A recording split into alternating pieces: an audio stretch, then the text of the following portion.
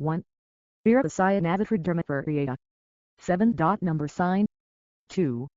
Note to the reader: the Noble Sanghata Sutra that follows was translated into English from the Tibetan edition of this Mahayana discourse by the Buddha. Please note that in this translation, the indented parts appear as verses in the original Sanskrit and Tibetan. Please read them with the understanding that these are all the 4-line verses to which the sutra refers many times. For ease in pronouncing longer Sanskrit names, an accent mark appears on the syllable that should be stressed and words have been broken up with hyphens. This translation follows the Clay Sanskrit Library CSL conventions for presenting Sanskrit in English texts. For further guidance in pronouncing the Sanskrit names, as well as a list of the meanings of those names, please see www.sanghatasutra.net. A version of this translation with explanatory footnotes is available at www.sanghatasutra.net/translations_english.html. For more information about the Sanghata Sutra, visit www.sanghatasutra.net. This site provides a fuller guide to reading and reciting the sutra, accounts of others' experiences with this text, a discussion forum about the Sanghata, and much more. Copyright Dancho Diana Finnegan, 2006. Some rights reserved. This text may be freely copied and distributed, but may not be modified or sold, in any shape or form. Please contact the translator at www.sanghatasutra.net/contact.html for permission to translate this text, or produce other derivative works. No book editions, recordings or other products using this text may be offered for sale. This copyright message and the colophon must accompany all copies made, and any copies, full or partial, must include full attribution. For sponsored publications, sponsors' colophon and dedications must appear at the end of the text, after the translator's colophons. For full text of this copyright, see http://creativecommons.org/licenses/by-ncnd/2.5/legal-code. To apply for rights to translate this English Sanghata into another language, please see http://www.sanghatasutra.net/for_translators.html. 3. 4. 5. The Noble Mahayana Sanghata Sutra Dharmapariyaya. In the language of India, Sanghatasutratraceablesept06lttr2. In the language of Tibet. 7. Number sign. 6. 7. Homage to all the Buddhas and Bodhisattvas. Thus I have heard at one time. The Blessed One was dwelling in Rajagriha, on Vulture's Peak, together with a great assembly of 32,000 monks, including the Venerable Ananda Kondya, the Venerable Mahamadgalyana, the Venerable Sharipivitra, the Venerable Mahakashyopiya, the Venerable Rahula, the Venerable Bakula, the Venerable Budrapala, the Venerable Budrashri, the Venerable Chandana, the Venerable Jangfla, the Venerable Subhidhyati, the Venerable Raveda, the Venerable Nandasena and so forth, and together with 62,000 bodhisattvas, including the Bodhisattva, the great being Maitreya, the Bodhisattva, the great being Sarvasvara, the Bodhisattva, the great being Kumarashri, the Bodhisattva, the great being Kumaravosan, the Bodhisattva, the great being Kumarabhadra, the Bodhisattva, the great being Anvana, the Bodhisattva, the great being Manjavilshri, the Bodhisattva, the great being Samanabhadra, the Bodhisattva, the great being Sudarshana, the Bodhisattva, the great being Bhajayasena, the Bodhisattva, the great being Vajrasena and so forth, and 8. Together with 12,000 Davya sons, including the Davya son Arjuna, the Davya son Baldra, the Davya son Subhadra, the Davya son Dharmarusi, the Davya son Chandanagarba, the Davya son Chandanavasan, the Davya son Chandana and so forth, and together with 8,000 Davya daughters, including the Davya daughter Murdanjini, the Deva daughter Prasadavati, the Davya daughter Mahatma Sampradipta, the Davya daughter called Glorious Eye, the Davya daughter Pralapadivosini, the Davya daughter Balanite, the Davya daughter called Glorious Wealth, the Davya daughter Sabahuivta and so forth, and together with 8,000 Naga kings, including the Naga king Apalala, the Naga king Elapatra, the Naga king Timahila, the Naga king Kamhasaro, the Naga king Kamhashirsho, the Naga king called Causing Virtue, the Naga king Shunanda, the Naga king Suchaka, the Naga king Gavashirsha and so forth. All of them proceeded to Rajagriha, to Vulture's Peak where the Blessed One was. When they reached there, they prostrated with their heads at the feet of the Blessed One, circumambulated the Blessed One 3 times, and then they all sat 9. Down in front of the Blessed One. The Blessed One ascended to their presence by remaining silent. Then the Bodhisattva, the great being Sarvasvara, arose, placed his upper robe over one shoulder, set his right knee on the ground, placed his palms together and bowed down to the Blessed One. He addressed the Blessed One as follows: Blessed One, a million Devas, a million daughters of Devas and many millions of Bodhisattvas have gathered. Blessed One, many millions of Shravakas and also Naga kings have gathered and are seated to hear the Dharma. That being so, may the Tathagata, the Arhat, the perfect and complete Buddha please teach that sort of approach into the ways of Dharma through which, as soon as they hear it, old sentient beings will purify all their karmic obstacles, and young sentient beings will make great effort at virtuous Dharma and will attain special superiority, and their virtuous actions will not degenerate, will not at all degenerate and will not become at all degenerated. He said this, and the Blessed One spoke thus to the Bodhisattva, the great being. 10. Sarvasvara, Sarvasvara, that you thought to ask the Tathagata about this point is good, very good. Therefore, Sarvasvara, listen well and attentively, and keep it in mind, and I will tell you. Having said to the Blessed One, just so, the Bodhisattva, the great being Sarvasvara listened with full attention to the Blessed One. The Blessed One spoke thus to him, Sarvasvara, there is a Dharmapariyata called Sanghata that even now is still active on this planet Earth. Whoever hears this Sanghata Dharmapariyata will have their 5 uninterrupted karmas purified, and they will never turn away from unsurpassed, perfect and complete enlightenment. Sarvasvara, what do you think about this?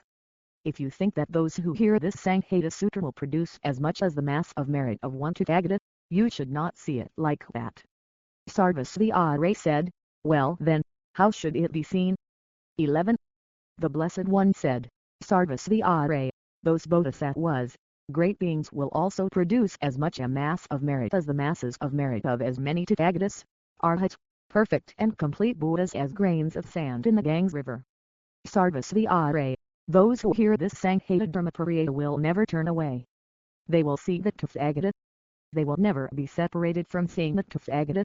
They will be completely enlightened in the unsurpassed, perfect and complete enlightenment. The virtuous dharmas that they will all achieve will not be overpowered by the wicked Mara. Sarvasvara, all those who hear this Sanghata Sutra will understand the rising and cessation.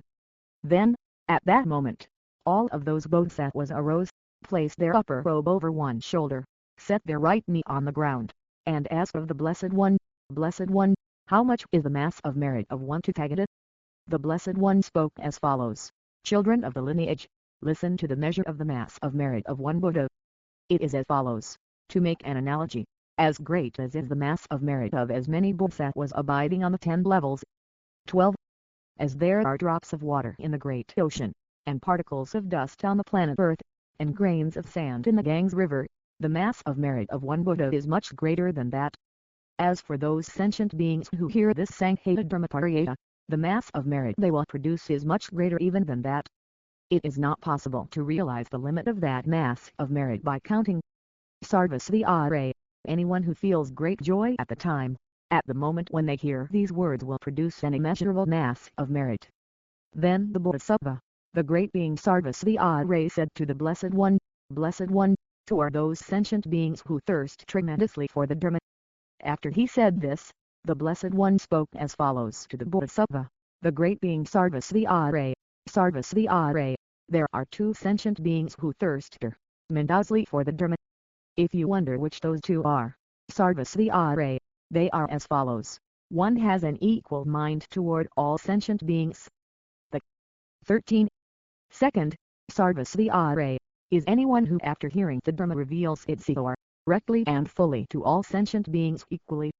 The Bodhisattva, the great being Sarvasvara said, Blessed One, who after hearing the Dharma reveals it correctly and fully to all sentient beings equally. The Blessed One said, Sarvasvara, the first are those who, having heard the Dharma, wholly dedicate themselves to enlightenment. When one has wholly dedicated oneself to enlightenment, one thirsts tremendously for Dharma for the sake of sentient beings. Sarvasvara. The second are those who enter into the Mahayana. They are also always tremendously thirsty for the Dharma. Then the millions of Devas, Nagas, humans and Deviya daughters arose, placed their palms together in front of the Blessed One and addressed the Blessed One as follows. Blessed One, we too are tremendously thirsty for the Dharma. That being so, may the Blessed One completely fulfill our wishes and the wishes of all sentient beings. 14. At that time, at that moment, the Blessed One displayed a smile. Then the Bodhisattva, the great being Sarvasvara, arose, placed his palms together and bowed down to the Blessed One. He addressed the Blessed One as follows. Blessed One, what is the cause of your smile? What is the condition? Then the Blessed One spoke to the Bodhisattva, the great being Sarvasvara. Sarvasvara, those sentient beings who came here will be completely enlightened, and in the unsurpassed, perfect and complete enlightenment.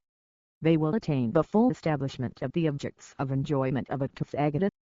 The Bodhisattva Sarvasvara said, Blessed One, due to what cause and what condition will the sentient beings who came here be completely enlightened in the unsurpassed, perfect and complete enlightenment? The Blessed One said, It is good, Sarvasvara, very good that you thought to ask the Tathagata about this point. Therefore, Sarvasvara, listen to the distinctive qualities of dedication. 15. Sarvasvara, at a time long past, countless eons ago, a Tathagata, an Arhat, a perfect and complete Buddha named Ratnashri, endowed with knowledge and good conduct, gone to bliss, knower of the world, unsurpassed guide of beings to be tamed, teacher of Devas and humans, a Buddha, a Blessed One, arose in the world. Sarvasvara, at that time, at that moment, I was a Brahman youth. All those sentient beings whom I was leading to the gnosis of a Buddha at that time, at that moment, had become wild animals, and so at that time, at that moment, I made this prayer, may all the wild animals who are now completely tormented by suffering be reborn in my Buddha field. May I establish them all in the gnosis of a Buddha. And all those wild animals, having heard those words, said, May it be so. Sarvasvara, by this root of virtue these sentient beings have come here and will be completely enlightened in the unsurpassed, perfect and complete enlightenment. Thereupon, after hearing this greatly joyful thing from the Buddha, the 16. Bodhisattva, the great being Sarvasvara said to the Blessed One, Blessed One, what lifespan is possible for those sentient beings? The Blessed One said, the lifespan of 80 eons is possible for those sentient beings. The Bodhisattva Sarvasvara said, Blessed One, how much is the measure of an eon? The Blessed One said, Child of the lineage, listen. It is as follows. To make an analogy, a man built an enclosure 12 yojanas in circumference and 3 yojanas in height, and completely filled that enclosure with nothing but sesame seeds. Then, whenever 1,000 years had passed, that man cast a single sesame seed out from that enclosure that was completely filled with sesame seeds. In such a manner, even when that man comes to the end of all those sesame seeds, and even the foundation and base of that enclosure no longer exist, still an eon would not have come to an end. 17. Moreover, Sarvasvara, it is as follows.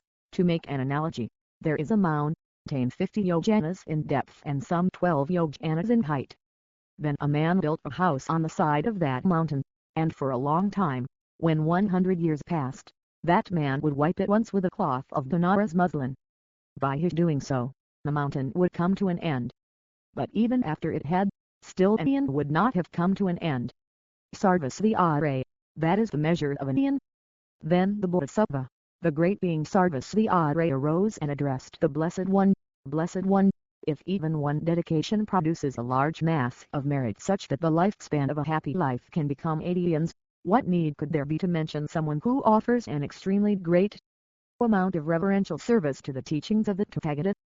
The Blessed One said, Listen, child of the lineage, if anyone who hears the Sanghatasutratraceablesept06lttr2 is able to have a lifespan of 84,000 eons, what need is there to mention one who has the Sanghata Sutra written out and who reads? 18. Lit. Sarvasvara, that one will produce an extremely large mass of merit. Sarvasvara, Anyone who is a mind inspired with pure faith and makes heartfelt prostrations to the Sanghata Sutra will remember their past lives for 95 eons. They will become a wheel-turning king for 60 eons. Even in that lifetime, everyone will like them. Sarvasvara, their death will not be brought about by weapons. Their death will not be brought about by poison. They will not be harmed by black magic. Even at their time of death, they will see 99 million Buddhas directly, and Sarvasvara, those Buddhas, those blessed ones, will say to that person, holy being, because you have heard the great sanghatasutratraceablesept06lttr2 explained well, therefore this mass of merit was created. And those 99 million Buddhas, the blessed ones, in their individual world systems will also make a prediction. If this is so, Sarvasvara, what need is there to mention anyone who hears all of this great sanghatasutratraceablesept06lttr2, completely and extensively? Not only that, they will reassure that person, saying do not fear. 19. At that, the Bodhisattva, the great being Sarvasvara said to the Blessed One, when I too listen to the great sanghatasutratraceablesept06lttr2, what mass of merit will I produce, Blessed One? The Blessed One said, Sarvasvara, that sentient being too will produce a mass of merit as much as the merit of the number of Buddhas, Tathagatas, equaling the grains of sand in the Ganges river. He said, Blessed One, when I listen to the great sanghatasutratraceablesept06lttr2, I can't get enough of it. The Blessed One said, Sarvasvara, it is good, very good, that you are unable to get enough of Dharma teachings. Sarvasvara, since I too am unable to get enough of Dharma teachings, Sarvasvara, what need to mention that ordinary beings do not get enough? Sarvasvara, any son of the lineage or daughter of the lineage who generates faith in the Mahayana will not go to wrong migrations for 1,000 eons. 20. For 5,000 eons, they will not be born as an animal. For 12,000 eons, they will not be bad-minded. For 18,000 eons, they will not be born among beings in a remote region. For 20,000 eons, they will be courageous in giving. For 25,000 eons, they will be born in the world of devas. For 35,000 eons, they will engage in the practice of celibacy. For 40,000 eons, they will renounce the householder's way of life. For 50,000 eons, they will uphold the Dharma, and for 65,000 eons, they will meditate on mindfulness of death. Sarvasvara, not even the slightest bad karma will occur to that son of the lineage or daughter of the lineage. The wicked Maras will find no opportunity with them. They will never be born in the womb of a mother. Sarvasvara, those who hear this Dharmaparayana, no matter where they are born, for 95 countless eons, will not fall into wrong realms. For 8,000 eons, they will retain what they have heard. For 1,000 eons, they will abandon killing.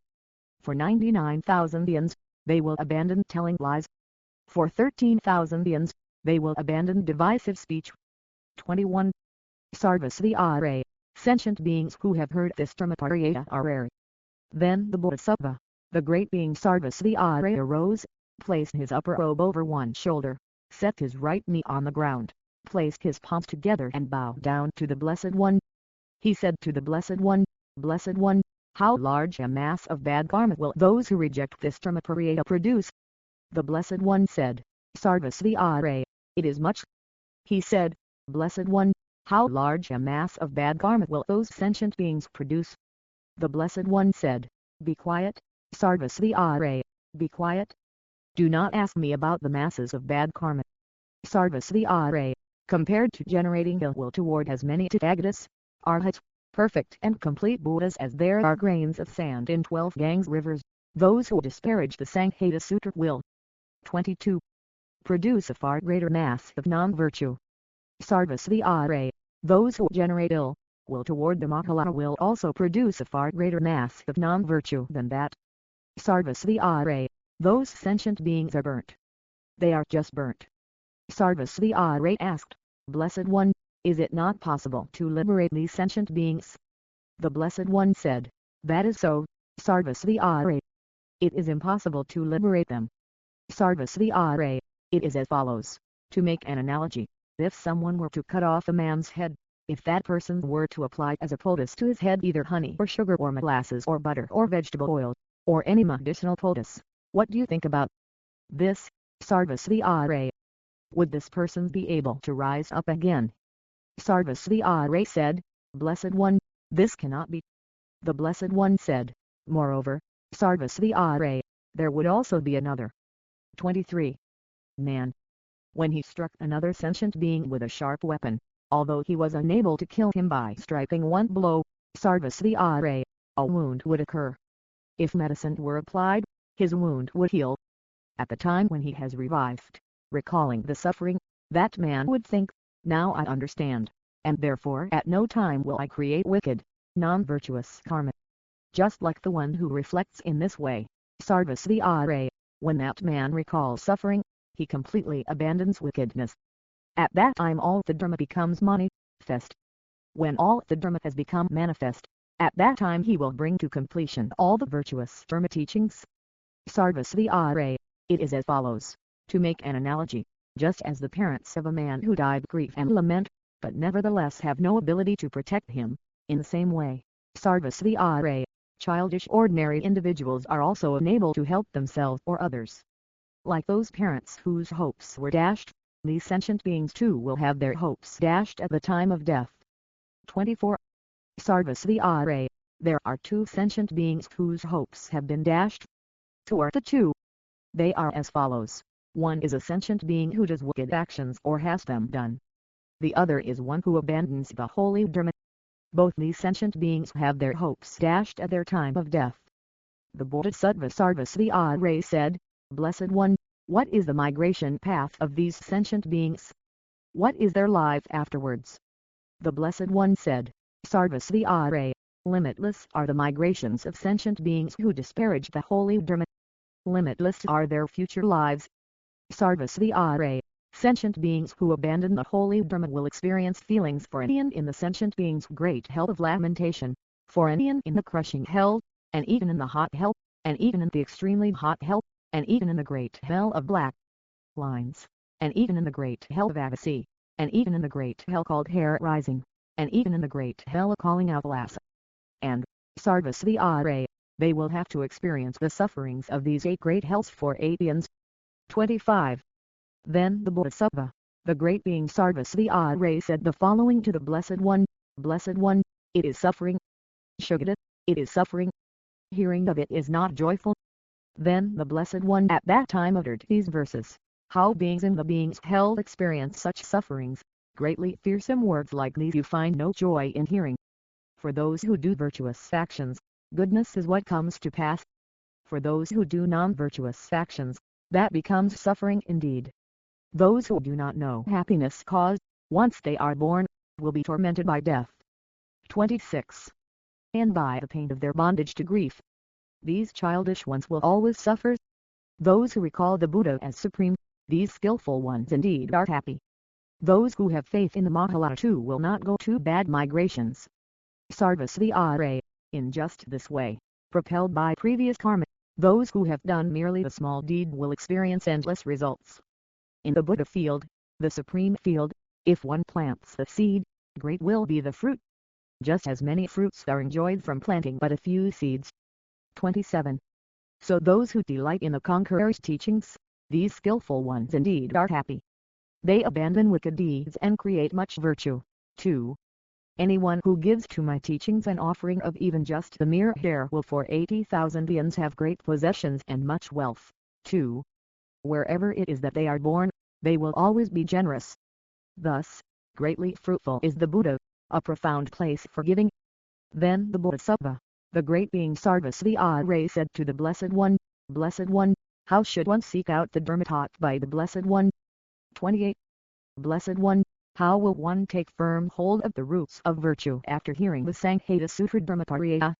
The Blessed One said, Sarvasvara, one should know that the mass of merit of one who listens to this sanghatasutratraceablesept06lttr2 is just like offering reverential service to as many Tathagatas, Arhats, perfect and complete Buddhas as there are grains of sand in 12 Ganges rivers, providing them with everything required for their happiness. The Bodhisattva Sarvasvara said, Blessed One, how are the roots of virtue to be brought to completion? He asked this, and the Blessed One said to the Bodhisattva, the great being Sarvasvara, these roots of virtue are to be understood to be equal to a Tathagata. What are these roots of virtue that are to be understood to be equal to a Tathagata? 29. The Blessed One said, an orator of the Dharma is to be understood to be equal to a Tathagata. Sarvasvara said, Blessed One, who is an orator of the Dharma? Anyone who reads out the Sanghata Sutra is an orator of the Dharma. Sarvasvara said, Blessed One, since even those who hear the Sanghatasutratraceablesept06lttr2 will produce such a mass of merit, what need is there to mention those who write it out and read it? How much a mass of merit will they produce? The Blessed One said, Sarvasvara, listen.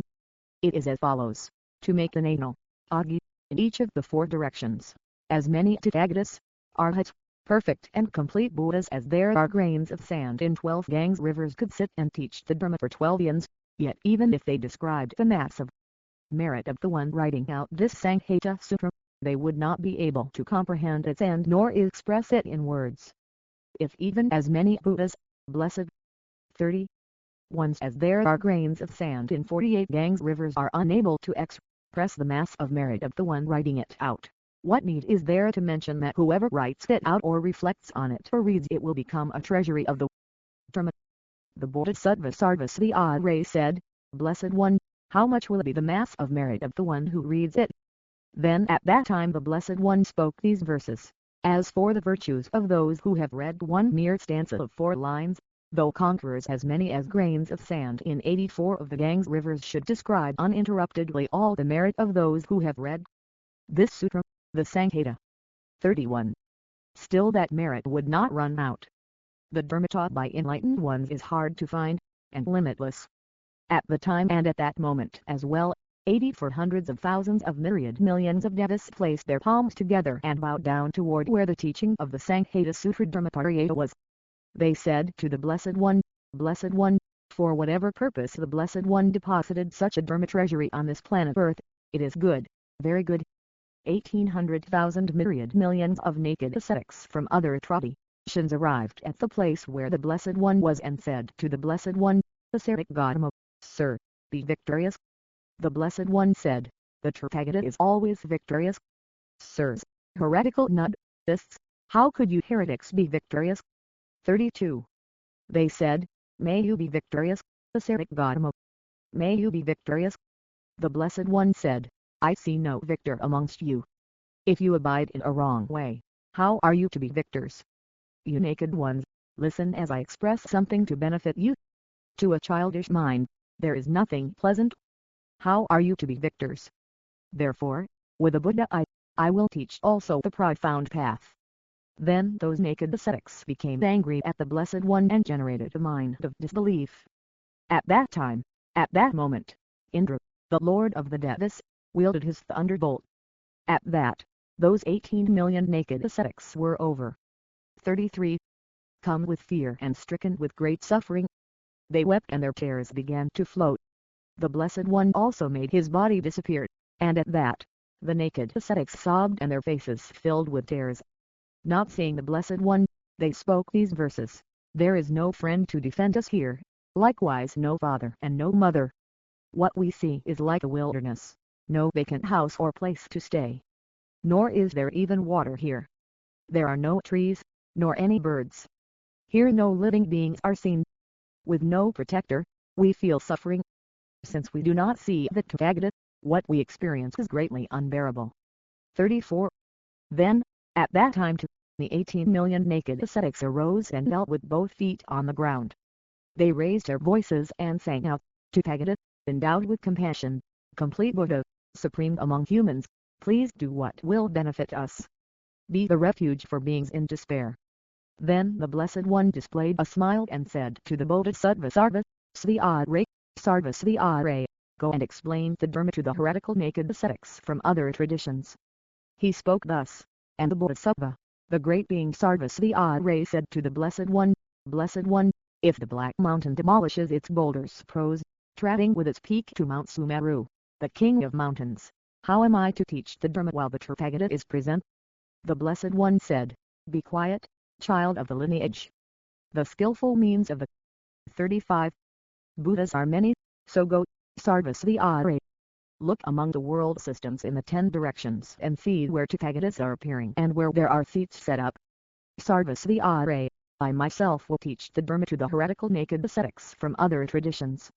The Bodhisattva Sarvasvara said, Blessed One, by whose supernatural power shall I go, by means of my own supernatural power or rather by the supernatural power of the Tathagata? The Blessed One said, Sarvasvara, go by the blessing of the strength of your own supernatural power. Sarvasvara, come back by the Tathagata's supernatural power. Then the Bodhisattva Sarvasvara arose, circumambulated the Blessed One and disappeared on that very spot. Then the Blessed One taught the Dharma to those heretics from other traditions. Friends, birth is suffering. Birth itself is also suffering. Once one is born. 36. There arise many fears of suffering. From birth, fears of sickness arise. From sickness, fears of aging arise. From aging, fears of death arise. Blessed One, what is it to say that from birth, fear of being born will be born? From being born as a human, many fears arise. Fear of the king arises.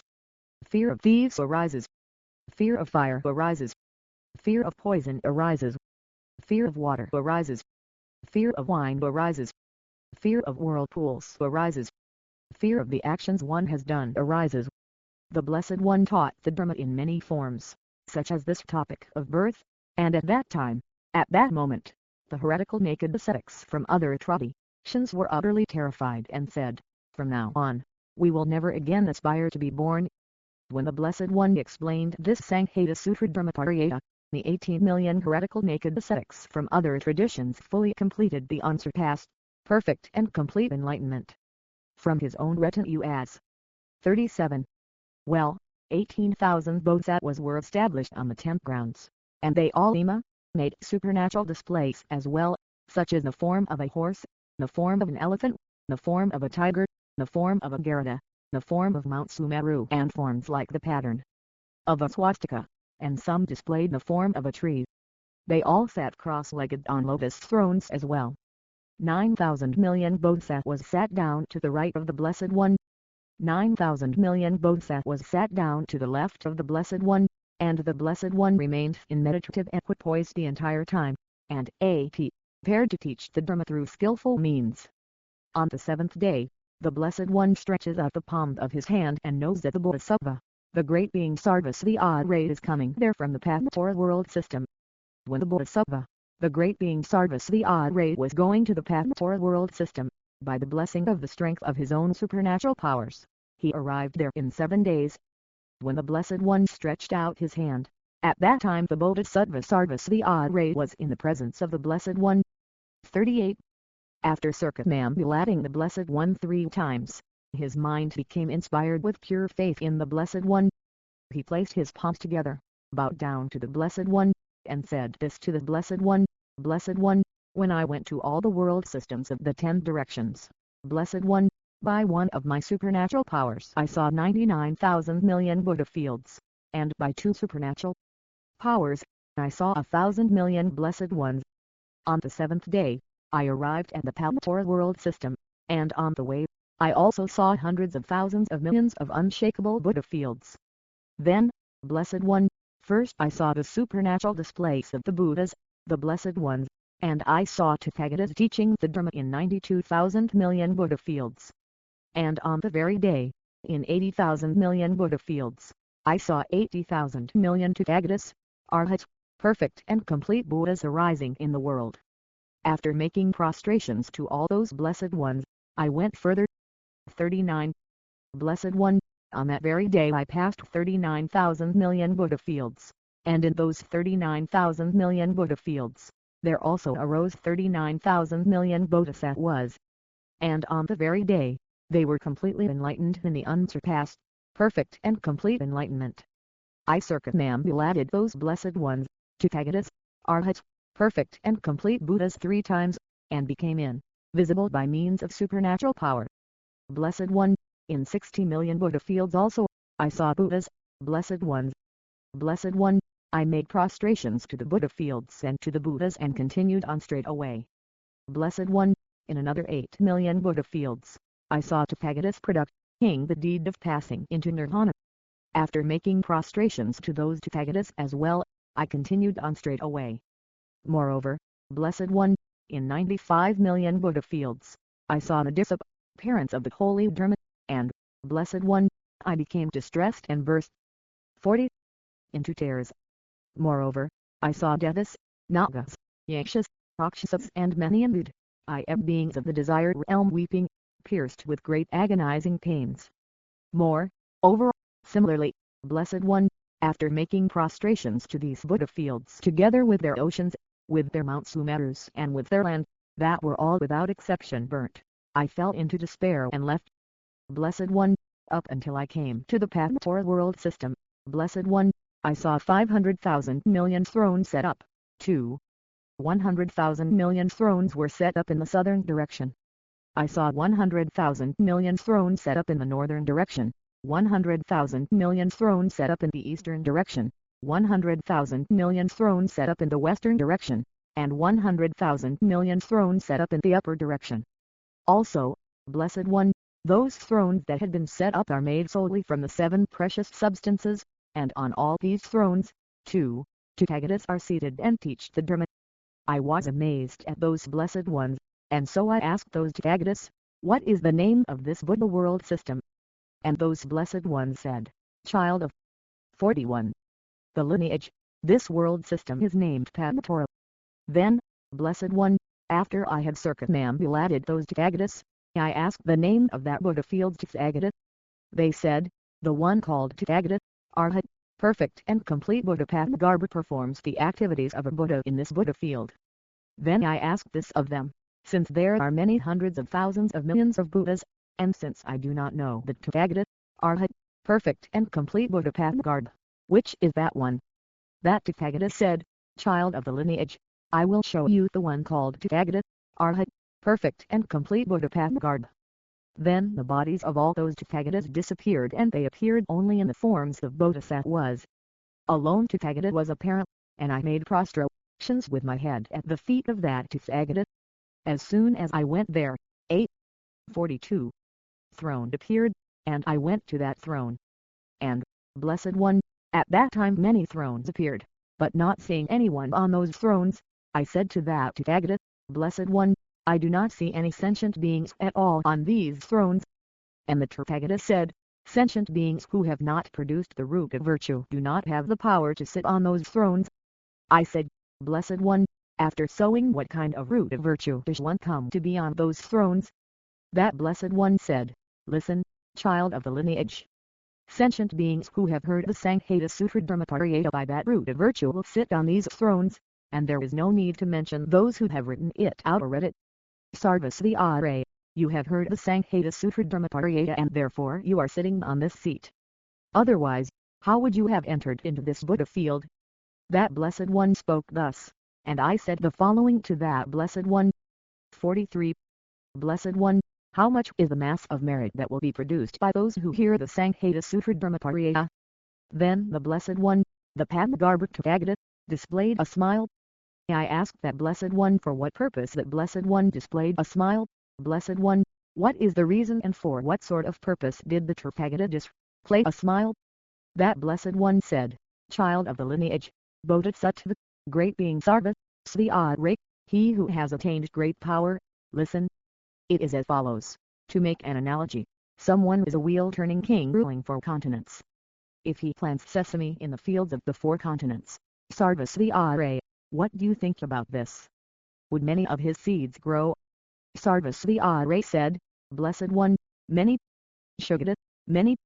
The Blessed One said, Sarvasvara, from those sesame seeds, a sentient being would make a single pile, and some other person would take each sesame seed. 44.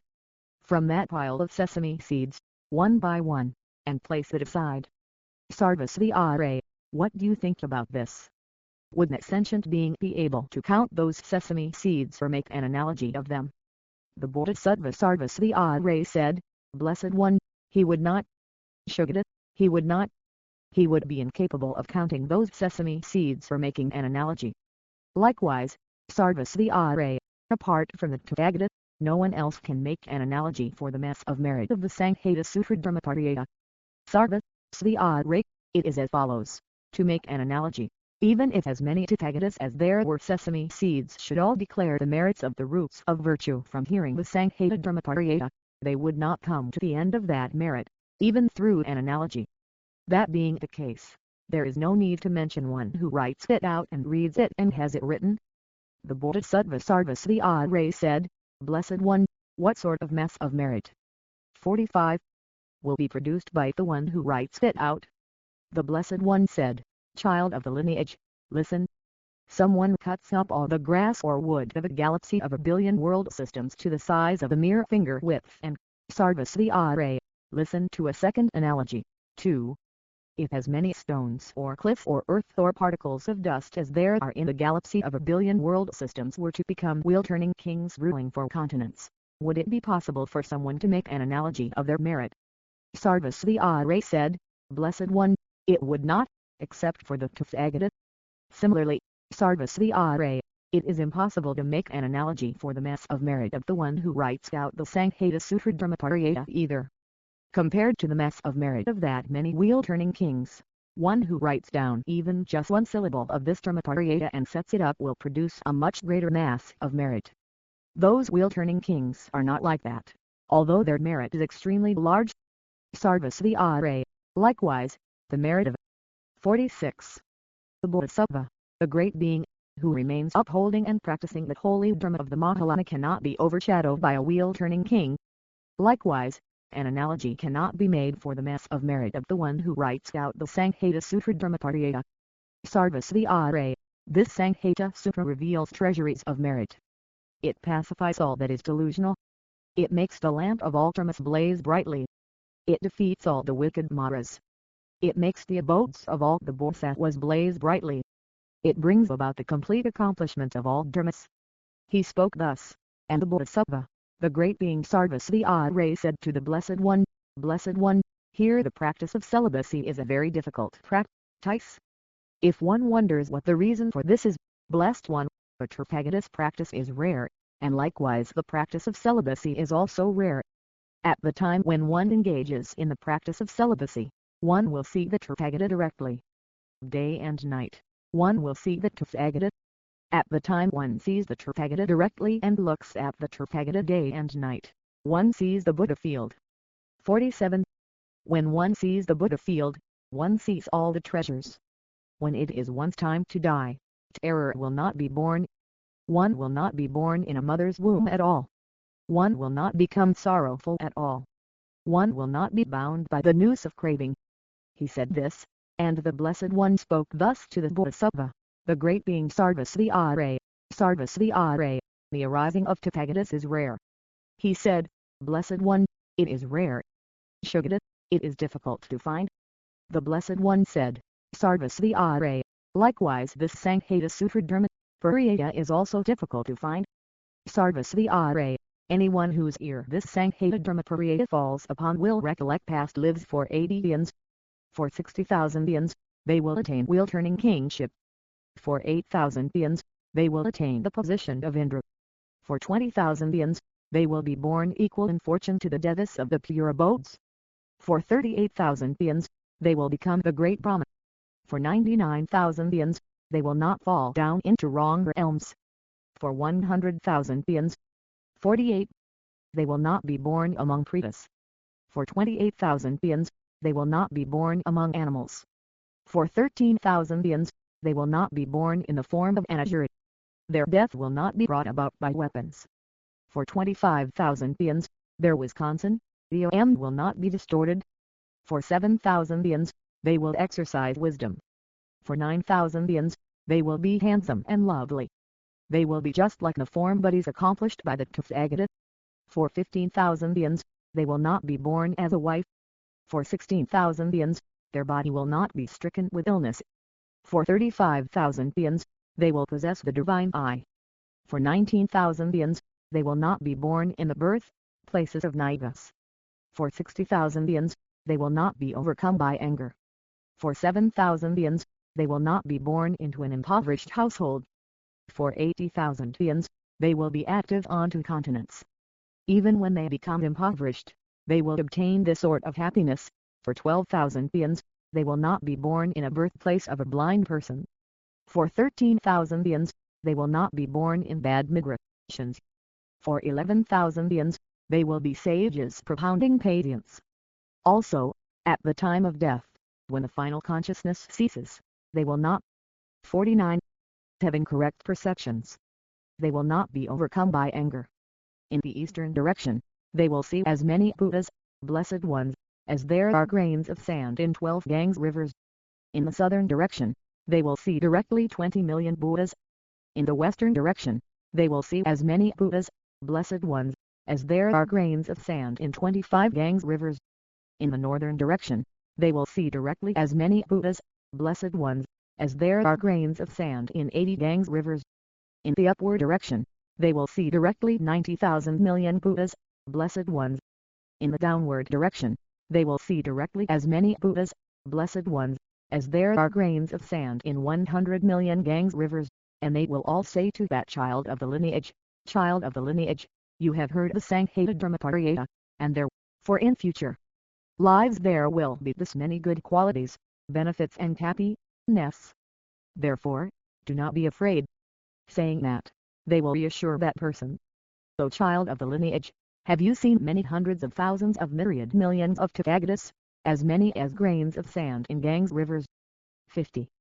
He says, Blessed One, I have seen them. Shugata, I have seen them. He speaks, O child of the lineage, these Tathagatas have arrived to see you. He says, what sort of virtuous action did I do that this many Tathagatas have arrived at the place where I am? He speaks, child of the lineage, listen. You obtained the human body, the sanghatasutratraceablesept fell upon your ear, and therefore, due to that, you created this great mass of merit. He says, Blessed One, if even my mass of merit becomes this much, what need is there to mention one who hears it comprehensively in its entirety? He speaks, be quiet, be quiet. O child of the lineage, I will describe the merit of a 4-line verse, therefore listen. Child of the lineage, it is as follows, to make an analogy, even compared to the mass of merit of as many Tathagatas, Arhats, perfect and complete Buddhas as there are grains of sand in 13 Ganges. 51. Rivers, it produces a much greater mass of merit than that. Compared to one who honors as many Tathagatas, Arhats, perfect and complete Buddhas as there are grains of sand in 13 Ganges rivers, if even one who hears just a 4-line verse from this sanghatasutratraceablesept will produce a much greater mass of merit than that, what need is there to mention someone who hears it comprehensively in its entirety? Child of the lineage, listen to this regarding one who hears the sanghatasutratraceablesept comprehensively in its entirety. If there were as many wheel-turning kings as the number of sesame seeds planted in the whole galaxy of 1,000,000,000 world systems, and a rich person, with much wealth and great possessions, made offerings to those wheel-turning kings, compared to that, one who makes offerings to one stream emperor, produces a much greater mass of merit. If all those sentient beings of the galaxy of 1,000,000,000 world systems were to become stream emperors, compared to the mass of merit of one who makes offerings to all of them, the mass of merit produced by one who makes offerings to one once returner would be much greater. If all those sentient beings of the galaxy of 1,000,000,000 world systems were once returners, compared to 52. The mass of merit of one who makes offerings to all of them, the mass of merit produced by one who makes offerings to one non-returner would be much greater. If all those sentient beings of the galaxy of 1,000,000,000 world systems were non-returners, compared to the mass of merit of one who makes offerings to all of them, the mass of merit produced by one who makes offerings to one arhat would be much greater. If all those sentient beings of the galaxy of 1,000,000,000 world systems were arhats, compared to the mass of merit of one who makes offerings to all of them, the mass of merit produced by one who makes offerings to one Pratyeka Buddha would be much greater. If all those sentient beings of the galaxy of 1,000,000,000 world systems were Pratyeka Buddhas, compared to the mass of merit of one who makes offerings to all of them, the mass of merit produced by one who makes offerings to one Bodhisattva would be much greater. If all those sentient beings of the galaxy of 1,000,000,000 world systems were Bodhisattvas, compared to the mass of merit of one who makes offerings to all of them, if the mass of merit produced by one who makes their mind inspired with pure faith in one Tathagata and makes their mind inspired with trust toward the galaxy of 53. a billion world systems completely full of Tathagatas, and one who hears this Sanghatasutratraceablesept06lttr2 would produce a much greater mass of merit than that. Then, Sarvasvara, what need is there to mention whoever writes out this Sanghatasutratraceablesept or memorizes it or reads it, or who comprehends it completely? Sarvasvara, what need is there even to mention prostrating with a mind inspired with pure faith toward this Sanghatasutratraceablesept? Sarvasvara, what do you think about this? One might wonder whether all childish ordinary individuals are able to hear this, but even if they hear it, they will not generate faith. Sarvasvara, listen.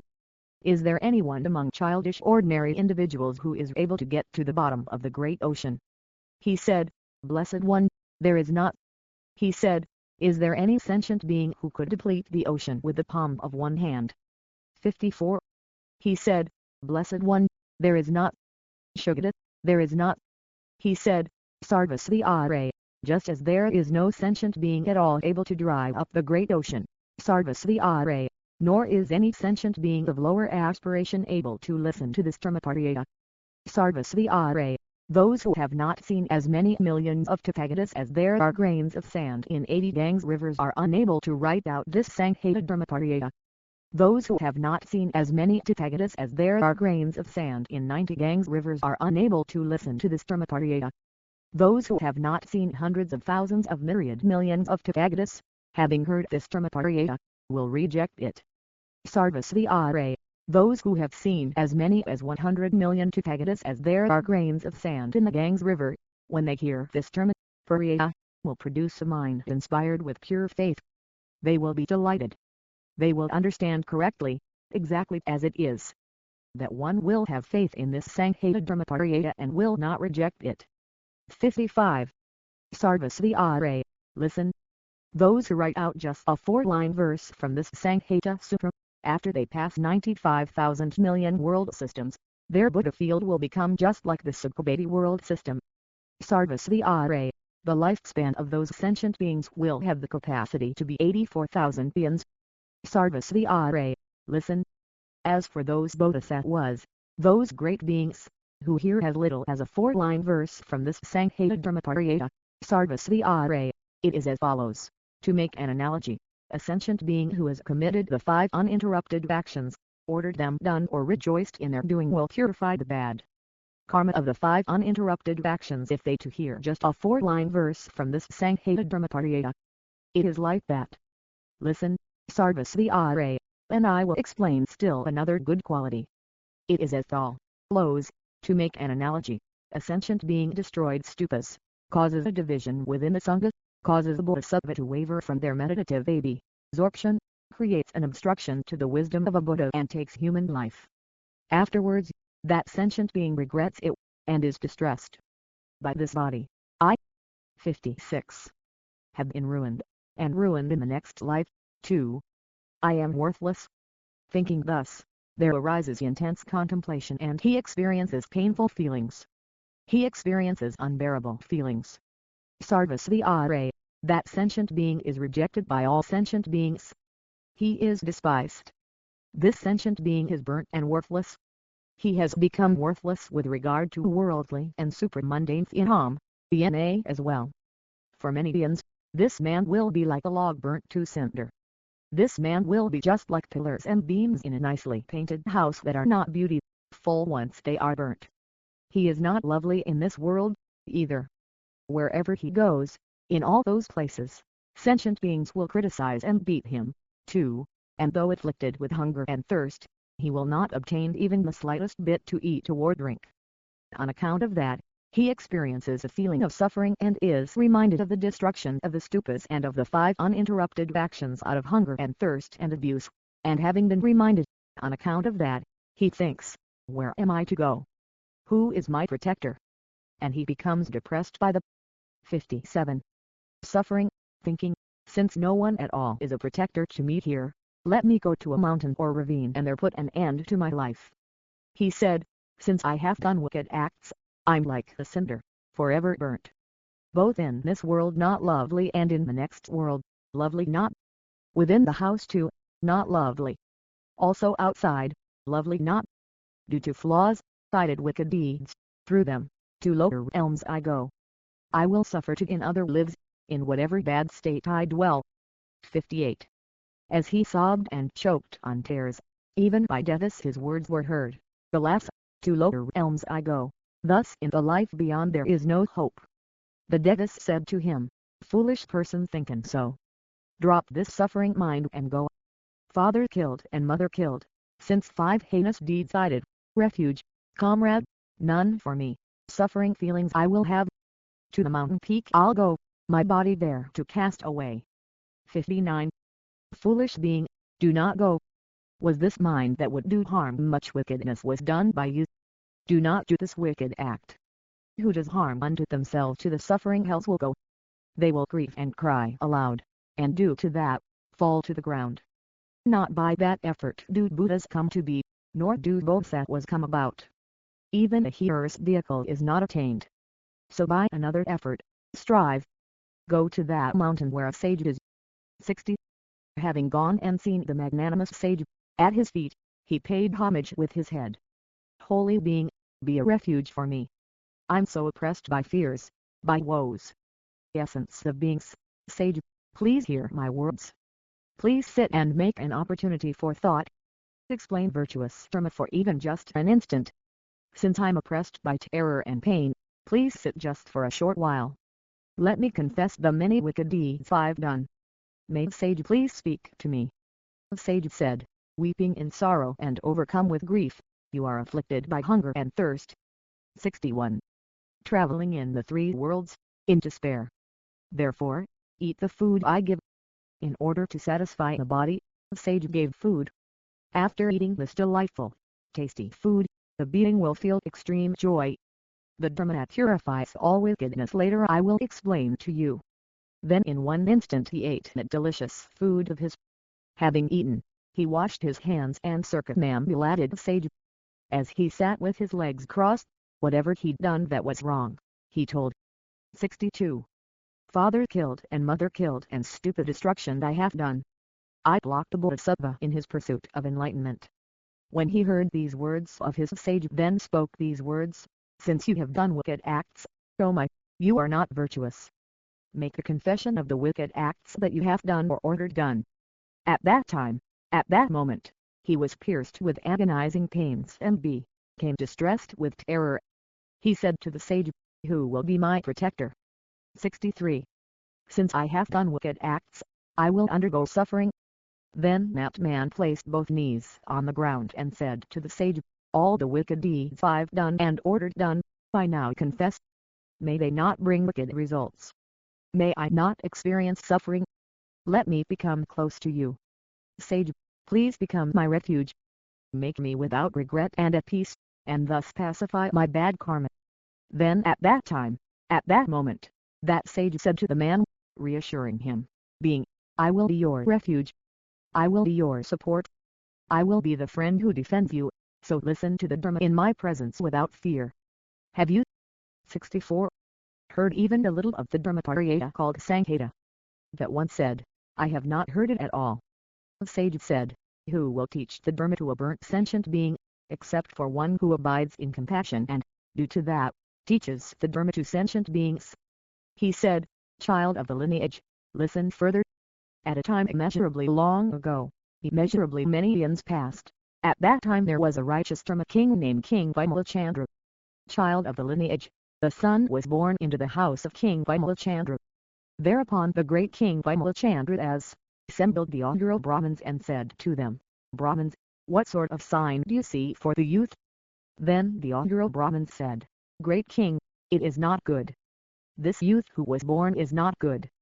The king said, Brahmins, what will become of him? The augurs said, King, if he attains the age of 7 years, this youth will endanger the life of his mother and father. At that, the 65 king spoke as follows, even if there may be an obstacle to my life, fair enough, but I will not kill this son of mine. It is very rare to attain birth as a human in this world, therefore, I will not commit such harm to the body of any human. After that, the youth grew rapidly. Specifically, when he reached the age of 1 month, he had grown the amount that others grow in 2 years. After that, The king Vimalachandra knew too that the youth had grown because of karma that the king himself had accumulated. Then the king gave his kingdom to that youth and spoke as follows: "May you become a king well renowned and with a vast dominion. Rule righteously with dharma, not by what is not dharma." Then, having granted him the kingdom, he bestowed on him the title king. And King Vimalachandra acts no more as king of his own land. Then the million ministers proceeded to the place where King Vimalachandra was, and having reached there, they spoke to King Vimalachandra as follows. 66. O great king, why is it that you are not now acting as king of your own land? The king said, for immeasurably many eons, although I have ruled as one having kingdoms, wealth, and power, I have never had enough. And at that time, at that moment, before much time had passed, that child took the life of his father and mother, and therein he accumulated the karma of the uninterrupted actions. So being, I also remember the time when suffering feelings arose for that king, and he felt regret and sobbed, choking on tears, and I generated a mind of great compassion for him. Having gone there, I taught the Dharma, and when he too heard that Dharma, those uninterrupted actions were quickly purified without any remainder. He said, those great ascetics who hear the Sanghatasutratraceablesept06lttr2, the king of sutras, will attain the unsurpassed source of Dharma, the purification. 67. Of all wickedness, and the pacification of all that is delusional. The Dharma that swiftly sets you free I shall explain, so listen well. If just a single 4-line verse is explained in a continual stream, all wickedness will be purified, and stream entry will be attained. From all wickedness, one is released. Was this solemn utterance, suffering beings are completely freed from the bondage of the fear of hell. Then the man rose from his seat, placed his palms together as he prostrated to him with head bent down. 68. He approved by saying, excellent, excellent, virtuous friends. Excellent, those who teach the great method, the Sanghata Sutra, which destroys wickedness, and also for those who hear it, excellent. Then at that time, at that moment, from in the middle of the space above, 12,000 Devya sons placed their palms together and came before the sage. They prostrated at his feet and said, Blessed One, great ascetic, for how long back do you cognize? Likewise, 4,000,000 Naga kings came and 18,000 Yaksha kings came. After placing their palms together and bowing down to the sage, they said, Great One, for how long back do you cognize? The sage said, for hundreds of thousands of myriad millions of countless eons. 69. They said, by which virtuous karma will this bad karma be completely pacified in an instant? He said, by hearing the Sanghatasutratraceablesept06lttr2. From among the sentient beings who have gathered here, all those who had faith upon hearing this Dharmaparayana are predicted to unsurpassed, perfect and complete enlightenment. If those persons who have committed the 5 uninterrupted actions even just hear this Dharmaparayana called Sanghata, they will completely exhaust and completely purify their karma of the 5 uninterrupted actions, instantly and entirely. For countless hundreds of thousands of myriad millions of eons, the doors to the lower realms will be closed, the 32 doors to the Devas worlds will be opened. If that is how the roots of virtue of one who also hears even so much as just a 4-line verse from this Sanghatasutratraceablesept06lttr2 will become, what need is there to speak of one who shows it respect with flowers, incense, fragrance, garlands, lotions, powders, robes, canopies, banners and pennons, and who generates it, makes drawings, makes offerings, joins together 70 cymbals and musical instruments, and rejoices afterward one time, approving by saying, well said. Excellent, excellent. Then the Bodhisattva, the great being Sarvasvati said to the Blessed One, as for one who places their palms together and prostrates when the Sanghatasutratraceablesept06lttr2 is expounded, does merely placing their palms together produce a mass of merit? The Blessed One said, child of the lineage, listen. Even those who have committed the 5 uninterrupted actions, have ordered them done and have rejoiced in the doing of them, and who place their palms together and prostrate upon hearing as little as a mere 4-line verse from this Sanghatasutratraceablesept06lttr2, if all their karma of the 5 uninterrupted actions will be completely purified, then they prostrate. Sarvasvati, what need is there to mention those who hear this entire Sanghatasutratraceablesept06lttr2 comprehensively? This one will produce a much greater mass of merit than the former. Child of the lineage, I will show you an analogy in order to make the meaning of this Sanghata Sutra. 71. Understood. Sarvasvara. It is as follows. To make an analogy, 5 great rivers issue forth from the palace of the Naga king Anavatapta, where the sun never rises. If some person should count the drops of these 5 great rivers, Sarvasvara, would they be able to reach the end by counting their drops? He said, Blessed One, that cannot be. The Blessed One said, Sarvasvara, likewise too, it is impossible to reach the end of the roots of virtue of the Sanghatasutratraceablesept by counting for 100 yans or even for 1000 yans. Sarvasvara, what do you think about this? Doesn't the one who explains this Sanghatasutratraceablesept for even an instant undertake hardships? He said, Blessed One, that one undertakes hardships. The Blessed One said, Sarvasvara, the one who is able to explain this Sanghatasutratraceablesept undertakes much greater hardships than that. It is as follows. To make an analogy, by means of counting the drops in the 5 great rivers that 72 arrive from Lake Anavatapta, it is not possible to reach the end. He said, Blessed One, what are those 5 great rivers? The Blessed One said, they are as follows. Ganges, Siddha, Vakshu, Yamuna and Chandrabhaga. These are the 5 great rivers that arrive to the great ocean. Each of the 5 great rivers is accompanied by 500 rivers. Sarvasvara, these 5 rivers also descend from the sky with 1,000 rivers each, and by them living beings are satisfied. He said, which are the 1,000 that accompany each of them? The Blessed One said, Svihendra is accompanied by 1,000, Shamka is accompanied by 1,000, Vohanti is accompanied by 1,000, Chikra, Sena is accompanied by 1,000 and Brahmavrti is accompanied by 1,000. Sarvasvara, these great rivers each possess 1,000 accompanying rivers. 73. They let fall a stream of rain onto the planet Earth. Sarvasvara, they release streams of raindrops from time to time, and this produces flowers and fruits and crops. When the streams of rain are released onto the planet Earth, water will be produced. By the water that is produced, fields and gardens are also aided and made happy. Sarvasvara, it is as follows. To make an analogy, the Lord of living beings makes all the planet Earth happy. Likewise, Sarvasvara, this Sanghatasutratraceablesept is explained on earth for the benefit of many beings and for the happiness of many beings. The lifespan of humans is not like the lifespan of the Devas of the 33. If you should ask who are the Devas of the 33, Sarvasvara, those who dwell where Indra, the Lord of the Devas, dwells are called the 33. Sarvasvara, there are also sentient beings who engage in good verbal conduct, and it is impossible to make an analogy for their mass of merit. 2. There are also sentient beings who engage in faulty verbal conduct, and it is impossible to make an analogy for their hell and animal rebirths. Those sentient beings who 74. Come to experience the sufferings of hell beings, animals and pretas have no refuge whatsoever. Their hopes having been dashed there, they lament and fall into hells. They should be seen as under the power of non-virtuous friends. And those sentient beings who engage in good verbal conduct and for whose mass of merit it is impossible to make an analogy, they should be seen as under the power of virtuous friends. When one sees a virtuous friend, a Tathagata is seen. When one sees a Tathagata, all one's wickedness is purified. When the Lord of beings causes joy on earth, it will be impossible to make an analogy for the happiness of the sentient beings on earth.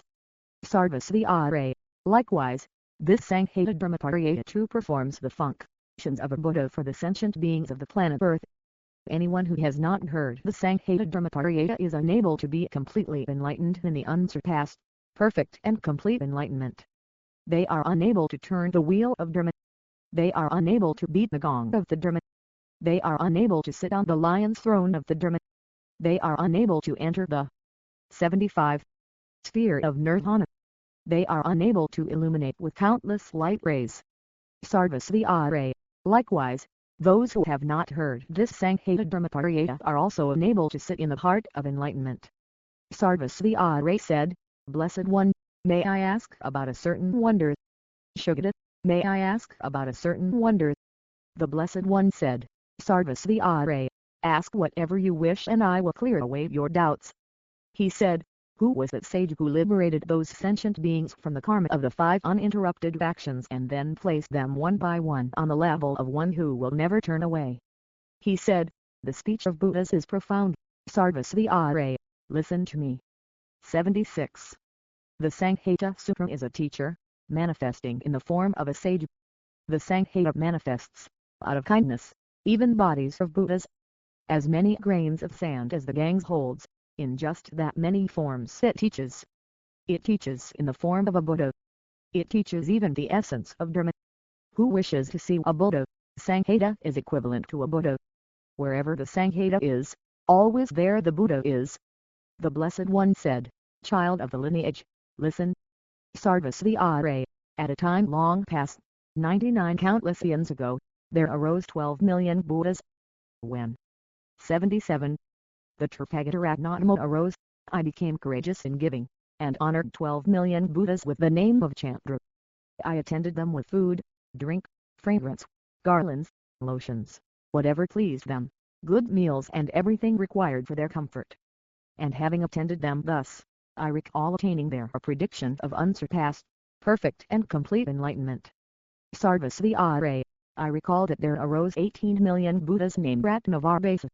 At that time too, having become courageous in giving, I bored 18 million Tathagatas with the name of Garbhasena with fragrance, garlands, lotions, ornaments and decorative attire, as was appropriate to each, and having done so, I attained thereto a prediction of unsurpassed, perfect and complete enlightenment.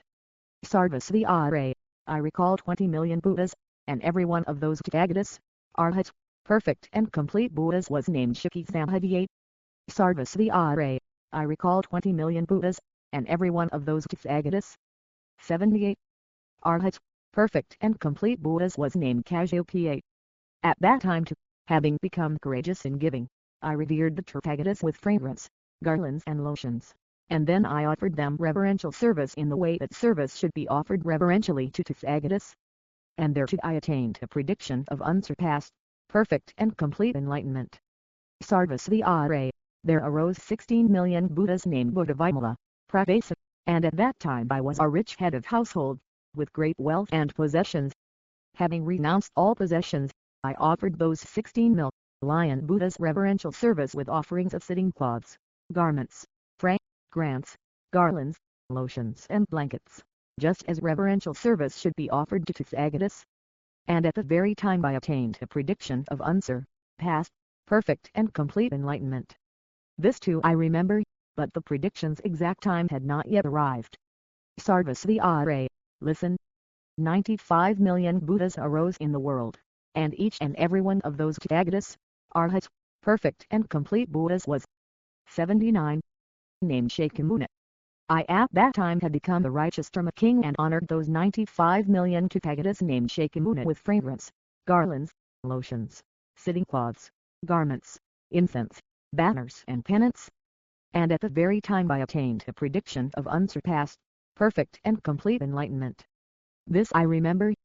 Sarvasvara, there arose in the world 90 million Tathagatas, Arhats, perfect and complete Buddhas named Krakatsvyanda, and at that time I was a rich young Brahmin, with much wealth and possessions. Having renounced all possessions, I honored all those Tathagatas with fragrance, garlands, lotions, sitting cloths and garments. And having offered service to those Tathagatas as was appropriate to each individually, at that very time I attained a prediction of unsurpassed, perfect and complete enlightenment. This too I remember, but I had not arrived at the prediction's exact time. Sarvasvara, there arose in the world 18 million Buddhas, and as for all of them, every one of those Tathagatas, Arhats, perfect and complete Buddhas, 80, was named Kanakayambini. At that time, having become courageous in giving, I honored all those Tathagatas, Arhats, perfect and complete Buddhas with fragrance, garlands, lotions, sitting cloths, clothing and ornaments. I offered them service in the way that service should be offered to Tathagatas, and at the very time I also remember attaining a prediction of unsurpassed, perfect and complete enlightenment. But I had not arrived at the prediction's exact time. Sarvasvara, there arose in the world 13 million Buddhas, and as for all of them, every one of those Tathagatas, Arhats, perfect and complete Buddhas was named Abhidhasa Shri. I honored those Tathagatas, Arhats, perfect and complete Buddhas with sitting cloths, garments, fragrance, garlands, lotions, blankets and ornaments. I offered them reverential service in the way that reverential service should be offered to Tathagatas. Those Tathagatas also explained various approaches to the Dharma to ascertain its meanings and the discipline, and then at that very time I attained a prediction of unsurpassed, perfect and complete enlightenment. This too I remember, but the prediction's time had not yet arrived then either. 81. Sarvasvara, there arose in the world 25 million Tathagatas, Arhats, perfect and complete Buddhas named Pushya.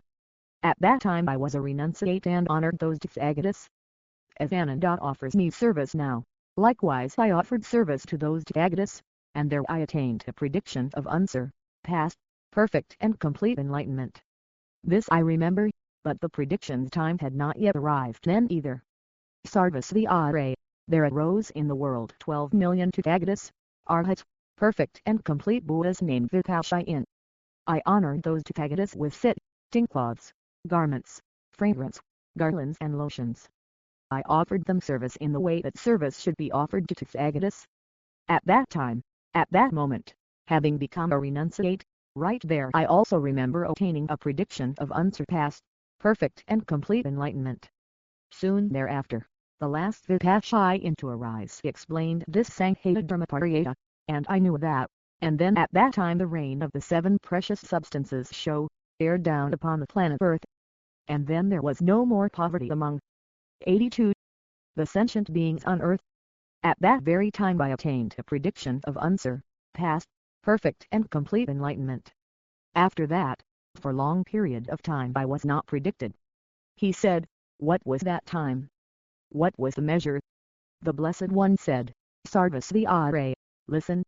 The countless and after that, the Tathagata, Arhat, perfect and complete Buddha Dipankara arose in the world. At that time, at that moment, I was a Brahman youth named Mecca. At the time when Tathagata Dipankara arose in the world, I was practicing celibacy in the form of a Brahman youth.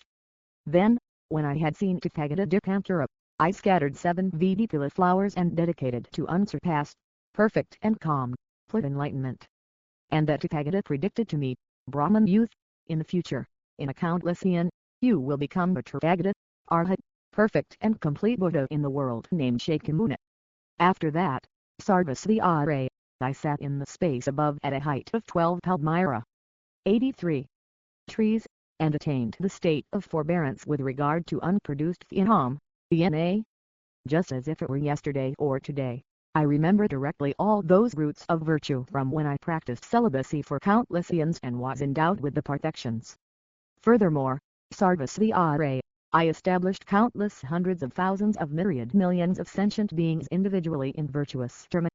Therefore, Sarvasvara, now, having been manifestly, completely enlightened into unsurpassed, perfect and complete enlightenment, what need is there to mention that I wish to benefit all sentient beings? Sarvasvara, I teach the Dharma in many ways to sentient beings. Whatever the form by which they are to be subdued, I teach the Dharma in that form. In the world of the Devas, I teach the Dharma in the form of a Deva. In the land of the Nagas, I teach the Dharma in the form of a Naga. In the land of the Yakshas, I teach the Dharma in the form of a Yaksha. In the land of the Pretas, I teach the Dharma in the form of a Preta. In the world of humans, I teach the Dharma in the form of a human. To those sentient beings who are to 84. Be subdued by a Buddha, I teach the Dharma in the form of a Buddha. To those sentient beings who are to be subdued by a Bodhisattva, I teach the Dharma in the form of a Bodhisattva. By whatever form it is that sentient beings are to be subdued, I teach the Dharma in that very form. Thus, Sarvasvara, I teach the Dharma to sentient beings in many ways. If one should wonder why that is, Sarvasvara, it is because just as sentient beings hear the Dharma in many ways, so too those sincere sentient beings will make roots of virtue in many ways. They will engage in acts of generosity. They will make merit. They will also go without sleep for their own sake. They will meditate on the mindfulness of death, too. They will do such virtuous actions as these that are to be done. Due to having heard the Dharma, they will remember these previous roots of virtue.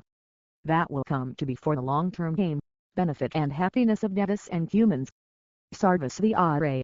That being so, as soon as the Sanghatasutratraceablesept is heard, the good qualities and benefits in this way become immeasurable. 85. Then, those sentient beings spoke to one another. They said, there must be something else also that, by having done and accumulated it, one will be manifestly, completely enlightened in the unsurpassed, perfect and complete enlightenment, and the result of the virtuous dharma of wanting to benefit all sentient beings will ripen. Those who have come to trust in the dharma will say, there is a dharma perfectly in accord with things as they are. The great ripening result of their virtue will be the unsurpassed happiness of the dharma. As for the ignorant, foolish sentient beings who say that there aren't any dharmas, and there is no passing beyond the dharmas either, their great ripening result will be to go to bad migrations. Again and again they will be aiming for grounds of bad migrations. For 8 eons, they will experience the suffering sensations of the hell realms. For 12 eons, they will experience the suffering sensations in the lands of Pretas. For 16 eons, they will be born among the Asuras. For 9,000 eons, they will be born among the harmful Buddhas and Pikshachas. For 14,000 eons, 86, they will be without tongues. For 16,000 eons, they will die in their mother's womb. For 12,000 eons, they will become round lumps of flesh. For 11,000 eons, they will be born blind and will experience suffering sensations, and their parents will think, we have suffered meaninglessly. The birth of our son was meaningless. Bearing him in the womb for 9 months was meaningless. They will experience the sensation of cold and heat. They will also experience the suffering of hunger and thirst intensely. They will experience many sufferings in this life as well. Although the parents see a son in their house, there is no joy, and the parents' hopes will be utterly dashed.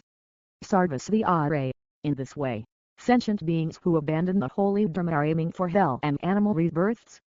At their time of death, they will be pierced with great agonizing pains.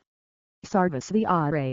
Those who say, the dharma exists, there are those who go beyond the dharmas, will be born in the north on Kuru for 20 eons, by that root of virtue. For 25 eons they will be born equal in fortune to the devas of the 33. Then they die and 87. Transmigrate from the 33, they will be born in the north on Kuru. They will not be born in a mother's womb. They will see 100,000 world systems, and these will all be called Sukhavati. They will see all the Buddha fields as well. After seeing them, they will abide right there in them. They will be enlightened in perfect and complete enlightenment right there. Sarvasvara. Thus indeed this Sanghatasutratraceablesept has great power. Those who have a mind inspired with pure faith toward it will never meet their moment of death without having let go of their fears. They will also be endowed with perfectly pure ethics. Sarvasvara. There are some sentient beings who say, the Tathagata releases many sentient beings day and night, and yet the realm of sentient beings still has not been depleted. Many make prayers for enlightenment. Many are born in the worlds of higher rebirths. Many achieve nirvana. So why is it that the realm of sentient beings has not been depleted? 88. The heretical practitioners of other traditions, wandering mendicants and naked ascetics had this thought, let us go dispute with the renunciate Gautama. Then 84,000 Brahmins, heretical practitioners of other traditions and wandering mendicants, and many hundreds of naked ascetics arrived there in Griha. And at that moment, the Blessed One displayed a smile. At that, the Bodhisattva, the great being Maitreya arose from his seat, placed his upper robe over one shoulder, set his right knee on the ground and bowed down with palms together toward the Blessed One. He addressed the Blessed One as follows, Blessed One, since Tathagatas, Arhats, perfect and complete Buddhas do not smile without cause and without conditions, what is the cause of the smile, and what is the condition? The Blessed One said, child of the lineage, listen. Today a great assembly will appear here in Rajagriha. Blessed One, who will be here? Devas or Nagas or Yakshas or humans or non-humans? 89. The Blessed One said, Maitreya, today Devas, Nagas, Yakshas, humans and non-humans will all come here. 84,000 Brahmins will also come here. 9,000 million heretical practitioners, wandering mendicants and naked ascetics will come. and they will dispute with me. I will teach the Dharma to pacify the disputes of all of them. The Brahmins will all generate the thought of unsurpassed, perfect and complete enlightenment. The 9,000 million heretical practitioners, wandering mendicants and naked ascetics will all attain the fruit of stream entry. 18,000 million Naga kings will come, and they will hear the Dharma from me. After they have heard it, they will all generate the thought of unsurpassed, perfect and complete enlightenment. 60,000 million children of the Devas of the pure abodes will come. 30,000 million wicked Maras and their attendants will come. 12,000 million Jura kings will come. Kings, 500 in number, together with their retinues, will come to hear the Dharma. After hearing the Dharma from me, they will all generate the thought of unsurpassed, perfect and complete enlightenment. 90. At that, the Bodhisattva, the great being Maitreya prostrated with his head at the feet of the Blessed One, and after circumambulating the Blessed One 3 times, disappeared on that very spot.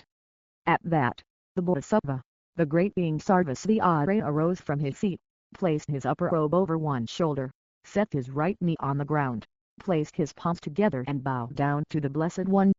He said to the Blessed One, Blessed One, what are the names of those kings, 500 in number? The Blessed One said, Sarvasvati, listen. There is the king called Nanda, the king called Upananda, the king called Chinarshadha, the king called Brahmasena, the king called Brahmagosha, the king called Sudarshana, the king called Priyasena, the king called Mandasena, the king called Himbisara, the king called Prasenajit, and the king called Virthaka.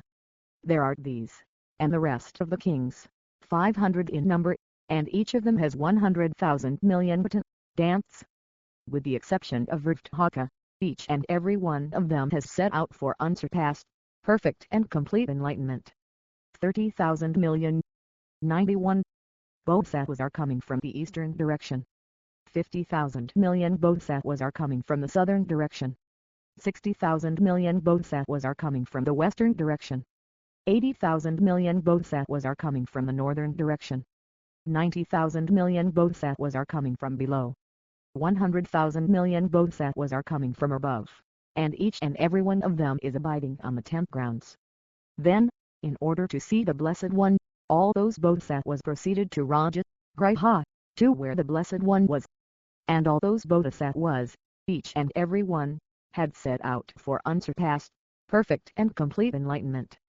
Then the Blessed One said to the Bodhisattva, the great being Sarvasvati, Sarvasvati, go to the world systems of the 10 directions and say to all the bodhisattvas, today, in the great city of Rajagriha, the Tathagata is teaching the Dharma.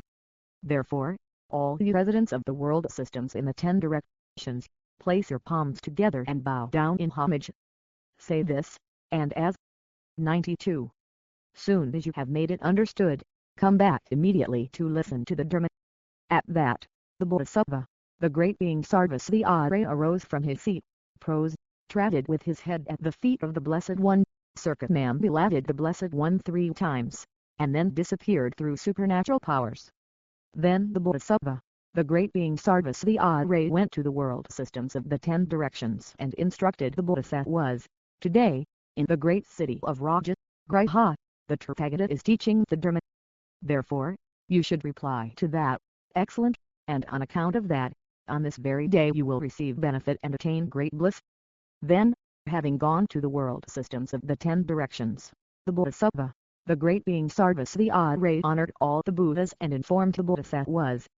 And in just the amount of time as, for example, a strong person snapping their fingers, the Bodhisattva, the great being Sarvasvati arrived in 93.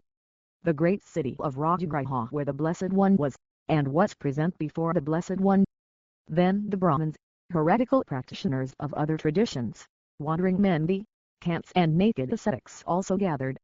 Devas, Nagas, Yakshas, many human beings, the kings, 500 in number, together with their attendants, and 33,000 million wicked Maras, together with their attendants, also gathered. And at that time the great city of Rajagriha trembled. A shower of celestial sandalwood powder rained down on the world systems in the 10 directions, and a shower of celestial flowers also rained down and remained in a towering palace at the level of the top knot on the crown of the Blessed One's head. Also at that time, Indra, the lord of the Devas, wielded the thunderbolt in the presence of the Tathagata. Then at that time, from the four directions, four massive winds stirred up the earth.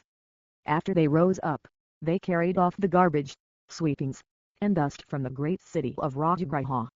A shower of fragrant waters rained down on the world systems of the 10 directions. A shower of Vedipula flowers. 94. Lotuses, Kurimuta flowers and white lotuses rained down on the world systems of the 10 directions, and they all remained as flower canopies above the heads of all those sentient beings. 84,000 towering palaces remained motionless in the space above the crown of the head of the Tathagata. Within the 84,000 towering palaces there arose 84,000 thrones made of the 7 precious substances. On all of those thrones, Tathagatas are seated and teach the Dharma. Then this galaxy of a billion world systems trembled in 6 ways. At that, the Bodhisattva, the great being Sarvasvi Adray, placed his palms together, bowed toward the Blessed One, and said to the Blessed One, Blessed One, what is the cause, what is the condition for the display of such supernatural apparitions here in the great city of Rajagriha? The Blessed One said, it is as follows. To make an analogy, a king rubbed the head of some unstable man, wild, full of ego grasping, full of selfish grasping at things as his own and also poverty-stricken. That man went up to the king's gate. Once he arrived there, he insistently wished to enter inside the palace of the 95 king. At that, the king's ministers and retinue seized him and beat him in many ways. Then at that time, at that moment, the king heard that the destitute man insistently wanted to enter inside, and thought, he is undoubtedly someone wishing to kill me. Thinking that, the king became angry and said to his retinue, you, take that man to a secluded mountain spot and kill him. Kill all his servants, parents, children, male and female slaves, and workers, too. After he had issued these instructions, they were all killed, and then his friends and relatives were pierced with unbearable agonizing pains.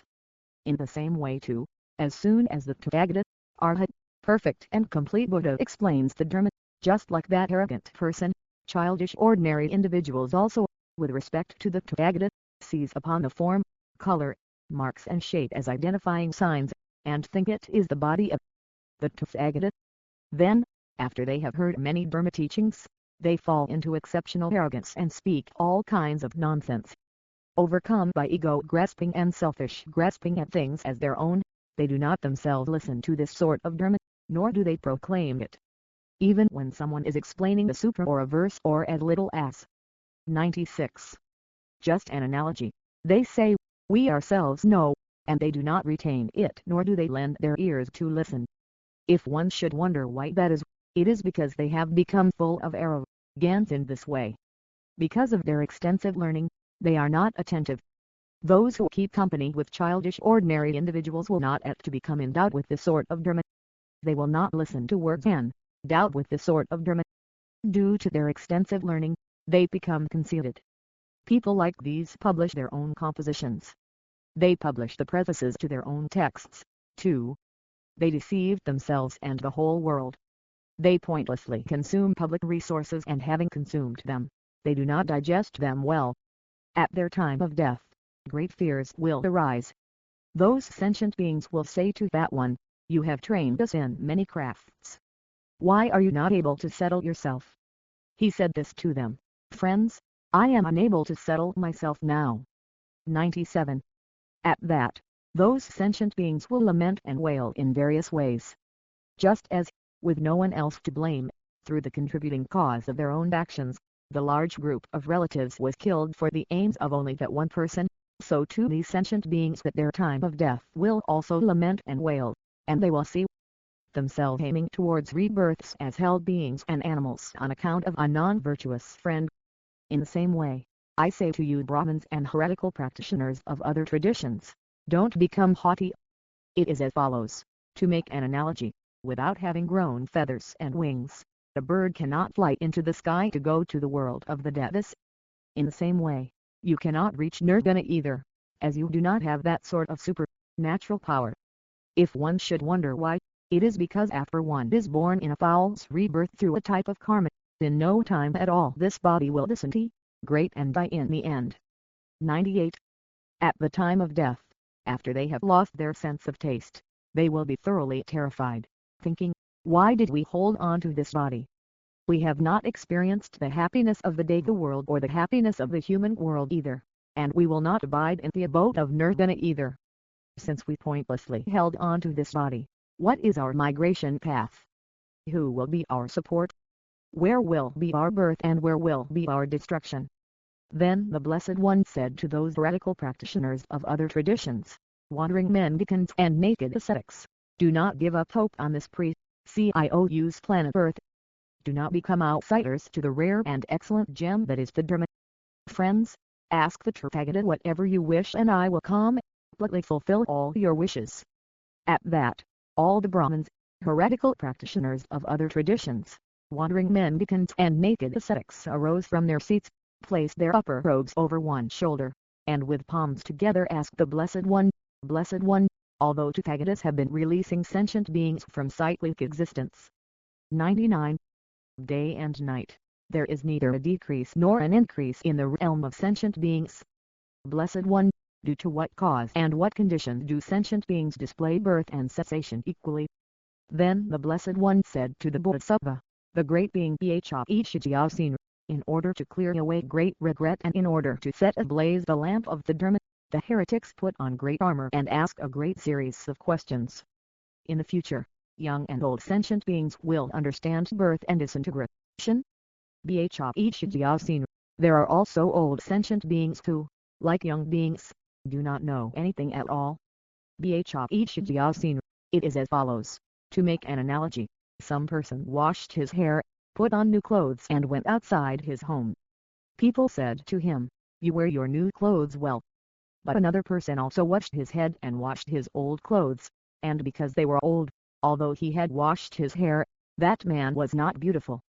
Just as his clothes were not beautiful, so Bhajit, the old sentient beings that there are on the planet Earth are 100.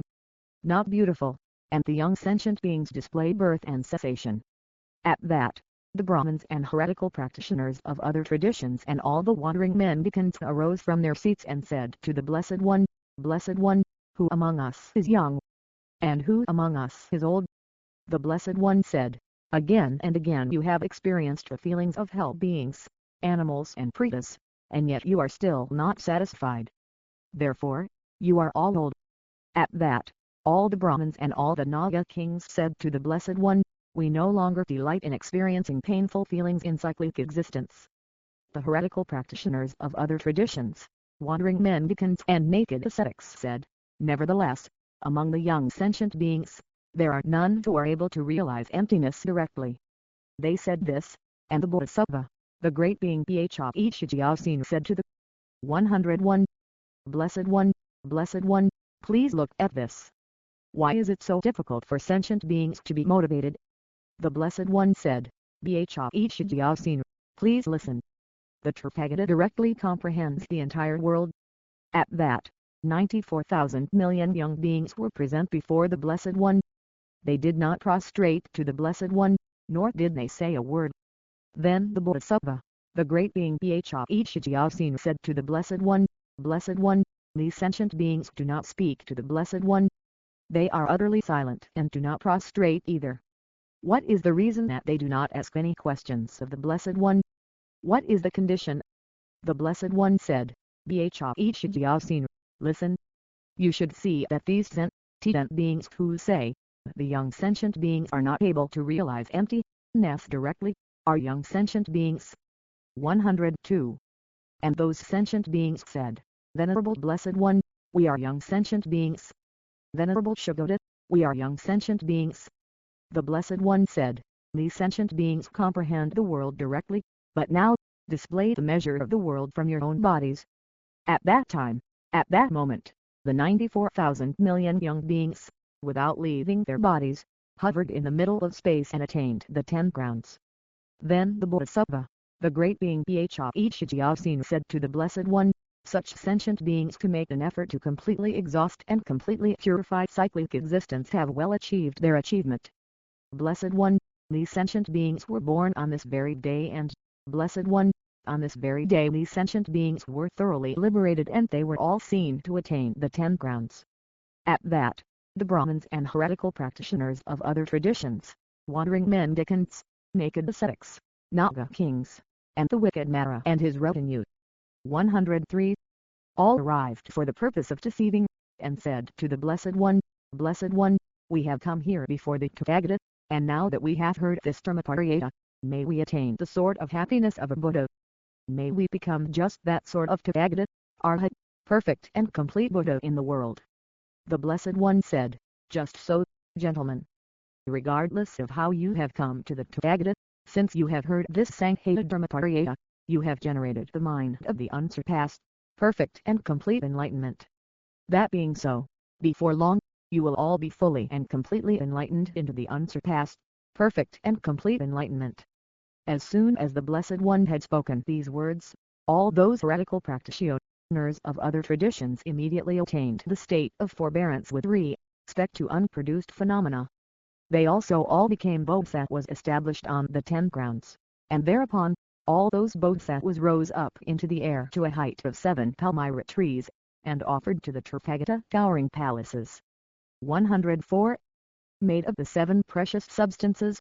They also all sustained various miraculous emanations and performed acts displaying supernatural powers. Then, abiding above the crown of the head of the Blessed One, they scattered bits of flowers on the Tathagata, and they all contemplated the Tathagata, too. They also perceived their own bodies as Buddhas. Many hundreds of thousands of millions of Daiya sons also scattered flowers on the Tathagata and spoke these words, the ascetic Gautama is a great gain. He is a great field. He is a protector of the world. He has reached the attainment of meditative stabilization. He is a master, whose aim is to produce other masters. Through skillful means, gradually, he completely releases sentient beings such as these from cyclic existence. With even just one well-spoken phrase, he completely frees so many sentient beings from cyclic existence. At that, the Bodhisattva, the great being Bhajyasena arose from his seat, placed his upper robe over one shoulder, set his right knee on the ground, and bowed with his palms together toward the Blessed One. He said to the Blessed 105. 1. Blessed One, due to what cause and what condition do these children of the lineage issue forth these words, perform many acts displaying supernatural powers and compose many praises of the Tathagata? The Blessed One said, Child of the lineage, listen. They are not praising me. Rather, they are praising their own bodies, and they will establish their own bodies as a holy seat of Dharma. They will emit light rays of Dharma from their bodies. All the Buddhas will support them too, in order to awaken them fully and completely in the unsurpassed, perfect and complete enlightenment. And when they have become fully and completely enlightened, they will teach the Dharma. Then the Bodhisattva, the great being Bhajyasena said this to the Blessed One, the Tathagata, the Shugata completely frees many sentient beings day and night, yet sentient beings still have not been depleted. The Blessed One said, Bhajyasena, it is good, very good that you have. 106. Thought to question the Tathagata on this point. Bhajyasena, it is as follows, to make an analogy, there is some rich person with great wealth and property, possessing much wealth, grain, treasuries and granaries, and having many dependents, including male servants, female servants and laborers. In addition to a large mass of wealth, he is in possession of many fields and gardens, such as those that have barley, wheat, rice, beans, lentils and many other grains. After that person planted the seeds of all the grain in the spring time, at another season all those seeds would ripen fully. That man would place the various types of grain separately, and having stored them there, he would eat them through to springtime, and then again he would plant. In the same way, Bhajyasena, sentient beings will also thoroughly deplete all the karma from previous actions, and then they will seek out fields of merit and produce roots of virtue. Having produced them, they will earnestly practice virtuous dharma, and having made all the dharmas increase, they will produce joy and contentment. Bhajyasena, because of that joyful and contented mind, they will not go to waste for many thousands of millions of eons. Bhajyasena. 107. In the same way, the Bodhisattva who has produced the initial thought of enlightenment will never be subject to waste. In short, they will realize all dharmas. He said, Blessed One, what sort of dreams will be seen by bodhisattvas who have produced the initial thought of enlightenment? The Blessed One said, Bhajyasina, bodhisattvas who have produced the initial thought of enlightenment will see many fearful things in their dreams. If you should wonder why that is so, it is because they are purifying all their karma. Sentient beings with bad karma cannot eliminate their unbearable suffering. But the former, although seeing a bad dream, is not afraid. He said, Blessed One, in what way will fearful things be seen in the dreams of bodhisattvas who have produced the initial thought of enlightenment? The Blessed One said, Bhajyasina, the fire will be seen blazing. At that, the bodhisattvas should know that all their delusions have been burnt. Secondly, Bhajyasina, although bodhisattvas who have produced the initial thought 108 of enlightenment see water stirred up and greatly churning, they will not be afraid.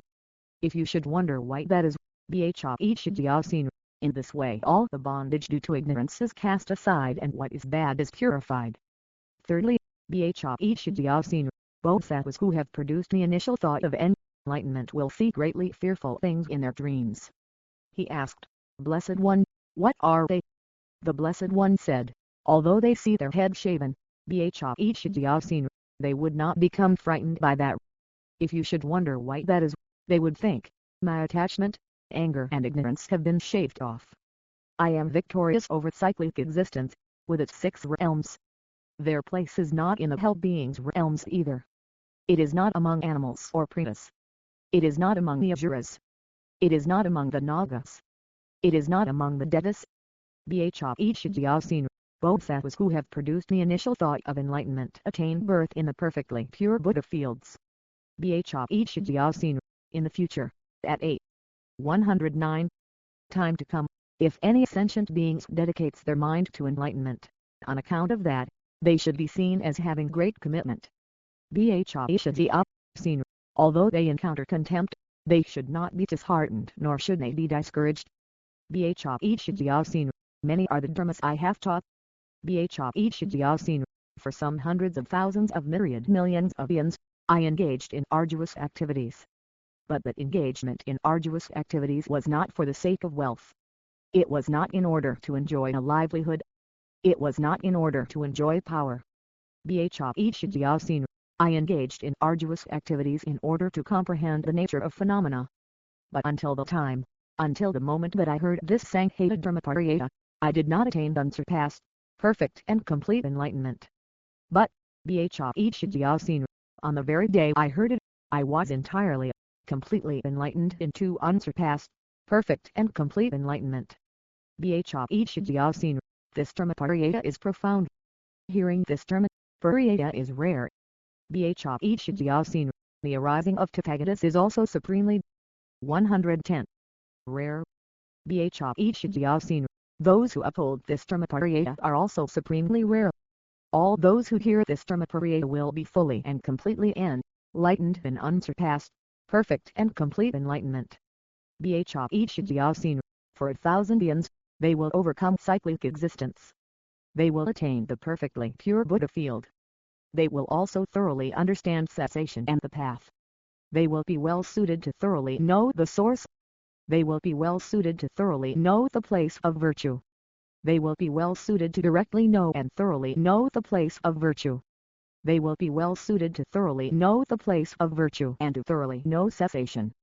Bhajyasina, why is it called cessation? He said, Blessed One, the meaning is that it is a place of dharma. The Blessed One said, Bhajyasina, what is a place of dharma? He said, Blessed One, what is called dharma is the engagement in enthusiastic perseverance, the guarding of ethics and possessing ethics. It is called a 111 treasury of dharma. Blessed One, this is the arising of a dharma treasury. The Blessed One said, Bhajyasina, that you thought to pose a question to the Tathagata on this topic is good, very good. He said, for what purpose do Tathagatas arise in the world?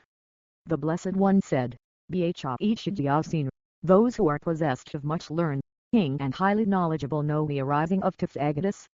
Once they know of the arising of Tathagatas, They know the arising of Tathagatas to be a source of happiness. At the time when Tathagatas arise in the world, sentient beings know all dharmas. Through skillful means, they know the dharmas. They know mundane and supramundane phenomena. They know the mundane and supramundane wisdom. He said, having realized wisdom itself, what nirvana do they seek out? The Blessed One said, Bhajyasin, once they have thoroughly understood. 112. The Dharma, they thoroughly know the Dharma. Bhajyasin, similarly, once they have thoroughly known the holy Dharma in a condensed form, the first attainment arises. Keeping in mind the Dharma just as they have heard it, they will attain the possession of Dharma. Bhajyasin, it is as follows. To make an analogy, a man became a trader, took 1,000 man load of gold and set off seeking profit. His parents say to him, son, listen. Take this thou, sand coin load of gold. Carry well this gold of ours and of others. That trader carried away the gold, and by the time a month had passed, he had squandered all that gold. After it was gone, the man reflected and became extremely unhappy. He was pierced with great agonizing pains in his heart. He was filled with remorse and shame, and did not go to his own home. His parents heard of this and fell into despair. Their hearts were pierced with great agonizing pains, and even their clothes were torn. This bad son was born into our household in the form of a son, and also destroyed our household's entire capacity to sustain itself. He has been useless to us, and we have been made to 113. Suffered. He has forced us into work as servants. Speaking thus, they lamented. After his parents had fallen into despair, they died. Then, hearing that his parents had despaired of him and died, the son also fell into despair and died.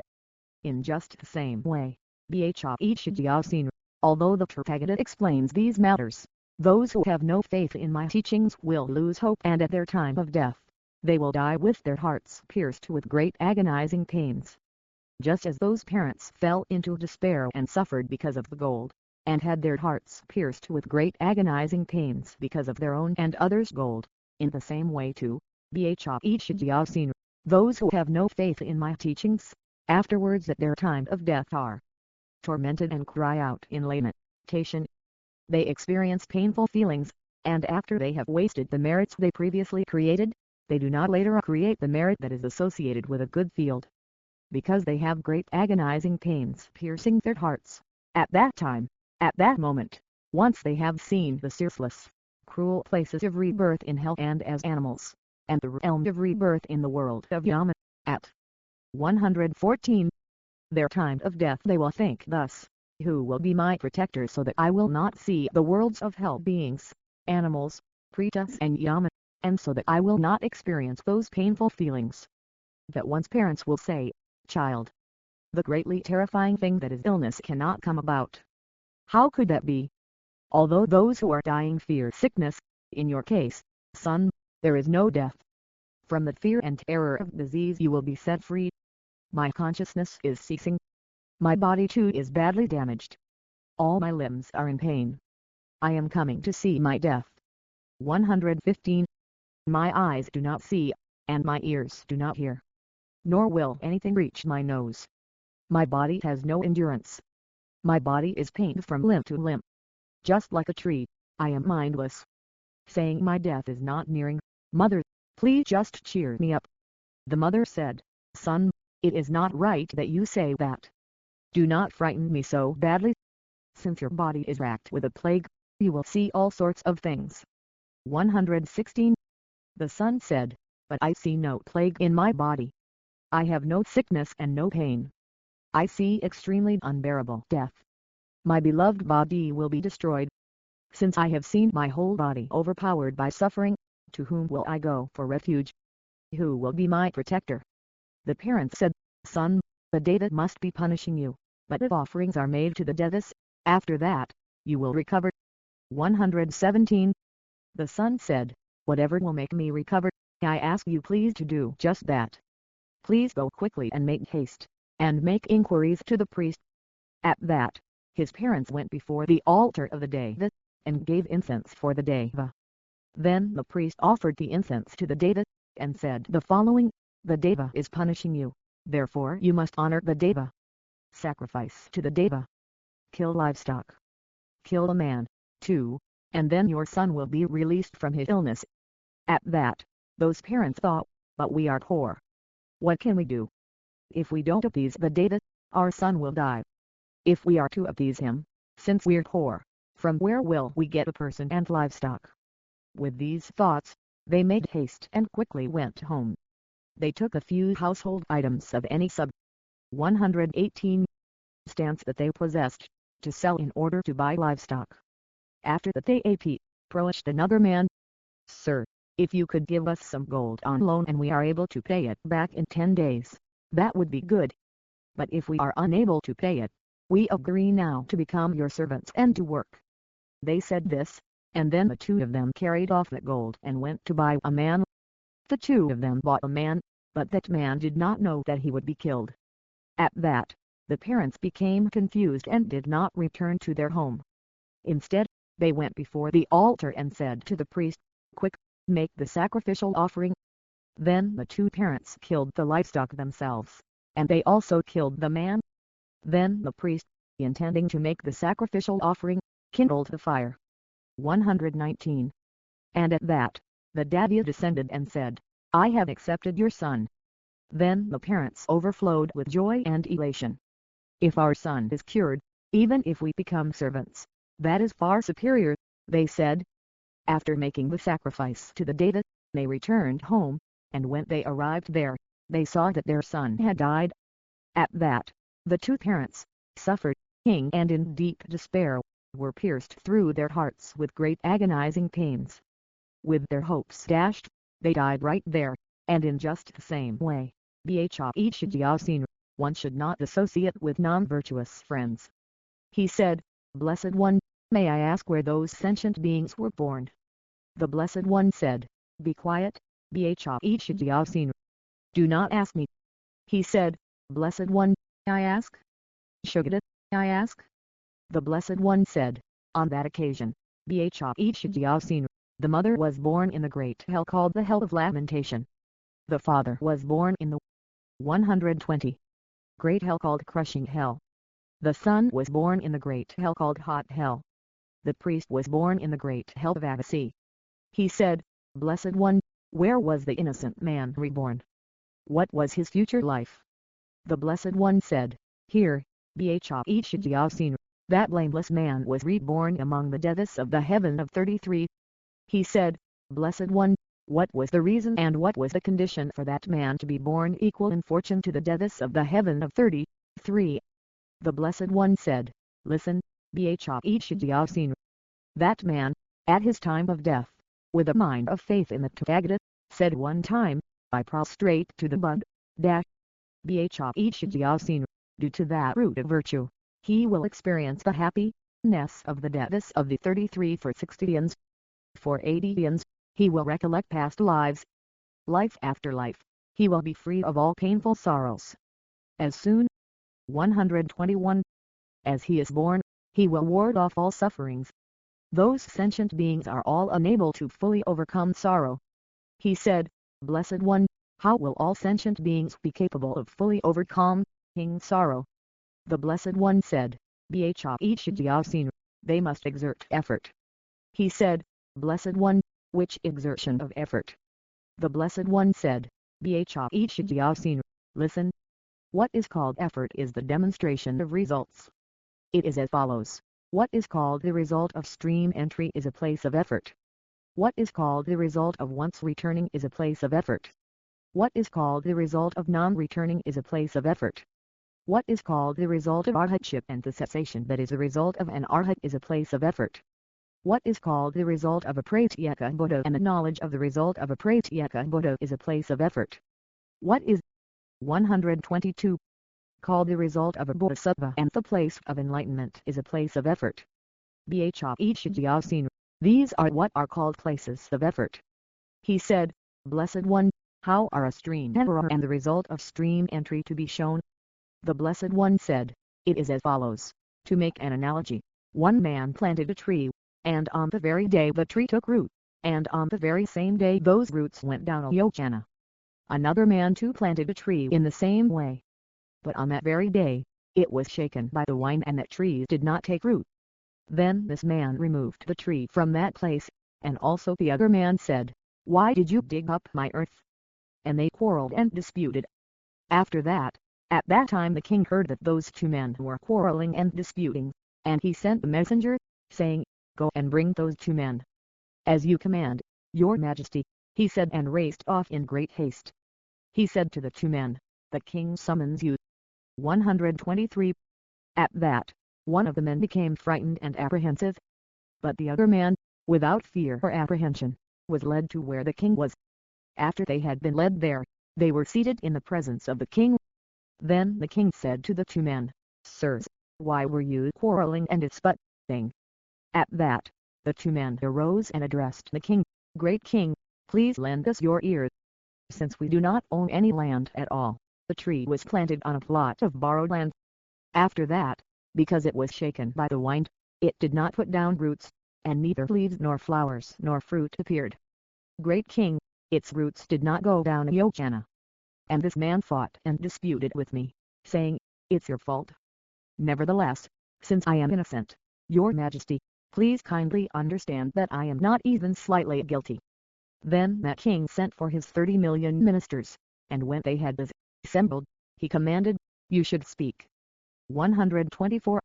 The ministers said, "What should we speak about? Have you ever seen or heard that on the very day a tree was planted, it put down roots, and leaves, flowers and fruit appeared?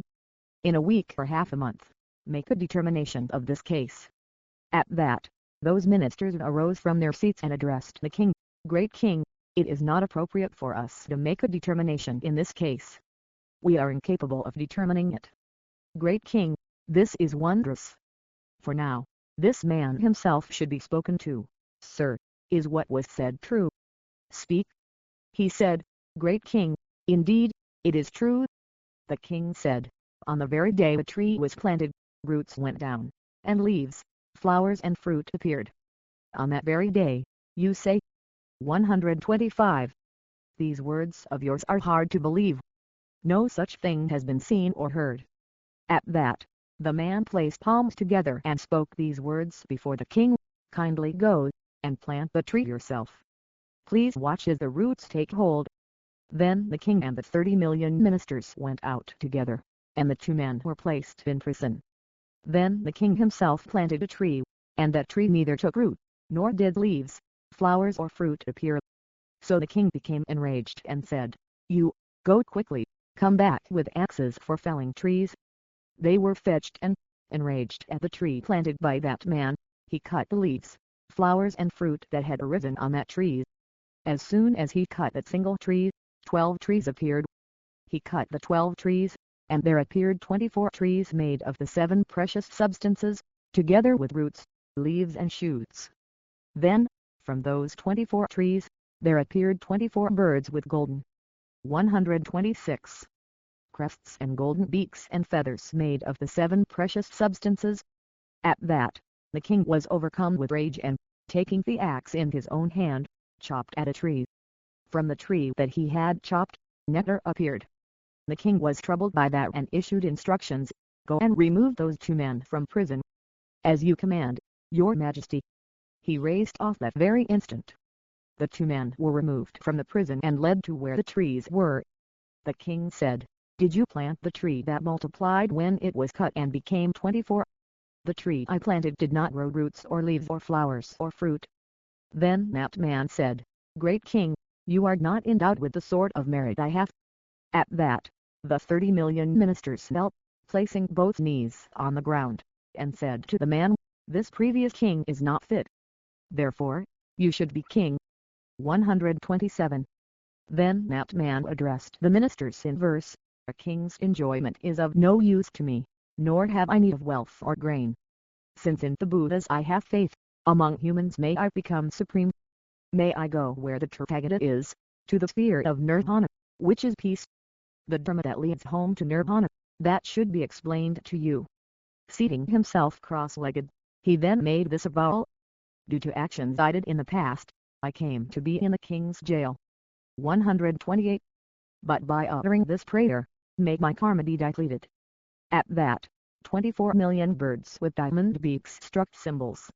Then at that moment, 32,000 towering palaces appeared. Each of the towering palaces measured 25 yojanas, and from each towering palace, there emerged 25 million birds, with golden crests and golden beaks and golden faces. They uttered human speech. When you, joking, cut that tree, the deed that you did was not good. In place of 100 million trees, there came to be just 24. You did not know what sort of being is the one who planted this tree. 129. Due to this wicked act, you will later undergo unpleasant results. The king said, I do not know the meaning of this. Thus, great ascetic, please explain. The birds said, it is he who illuminates the world and will become its guide. From the prison that is samsara, he liberates all beings. The king said, the person whose tree did not grow, that second person, who was he? 130. What wicked action did he do? Twice born birds, let it be told. The birds said, the person whose tree did not grow, that was the foolish Davyadatta. Not having done even slight virtues, how is a person's tree to grow? Then at that moment, after the 30 million ministers heard this Dharmaparayana, they were all established on the 10th grounds. They each gained clairvoyance. The king too was established on the 10th grounds and attained the clear realization of virtuous dharma. Then the Bodhisattva, the great being Bhajapāyāsena said to the Blessed One, due to what cause and what condition have the 33 million ministers come to abide on the 10th grounds and gain clairvoyance? 131. The Blessed One said, Bhajapāyāsena, listen and I will explain. And then at that time, the Blessed One displayed a smile. After that, at that time, from the face of the Blessed One there shone forth rays of light of many varied colors, 84,000 rays of hundreds of thousands of colors, such as blue, yellow, red, white, crimson, crystal and silver light rays. They came forth and lit up limitless, boundless world systems. When they returned, they circumambulated the Blessed One 3 times and disappeared into the crown of the head of the Blessed One. At that, the Bodhisattva, the great being Bhajapāyāsena arose, placed his upper robe over one shoulder, set his right knee on the ground, bowed with his palms together toward the Blessed One and said the following to the Blessed One, since Tathagatas, Arhats, perfect and complete Buddhas, do not smile without cause and without conditions, what is the cause of the smile and what are the conditions? 132. The Blessed One said, Bhajapāyāsena, do you see groups of beings from all the world systems of the 4 directions coming toward me? He said, Blessed One, I do not see them. The Blessed One said, Bhajapāyāsena, in that case, examine carefully and look at the groups of beings. Then the Bodhisattva, the great being Bhajapāyāsena looked all about, and he saw that to the east there appeared a tree measuring some 7,000 yojanas. 25,000 million groups of people were assembled on one side of it. The people did not speak. They did not talk. They did not converse. They did not eat. They did not arise. They did not move about. They sat in silence. To the south, there appeared a tree measuring some 7,000 yojanas. 25,000 million groups of people were assembled by it. These people did not talk and did not speak either. They did not speak at all. They did not converse at all. They did not arise. They did not move about. They sat in silence. 133. To the west, there appeared a tree measuring some 7,000 yojanas. 25,000 million groups of people were assembled by it. These people did not talk either. They did not speak. They did not speak at all. They did not converse at all. They did not arise. They did not move about. They sat in silence. To the north, there appeared a tree measuring some 7,000 yojanas. 25,000 million groups of people were assembled by it. These people did not talk either. They did not speak. They did not speak at all. They did not converse at all. They did not arise. They did not move about. They sat in silence.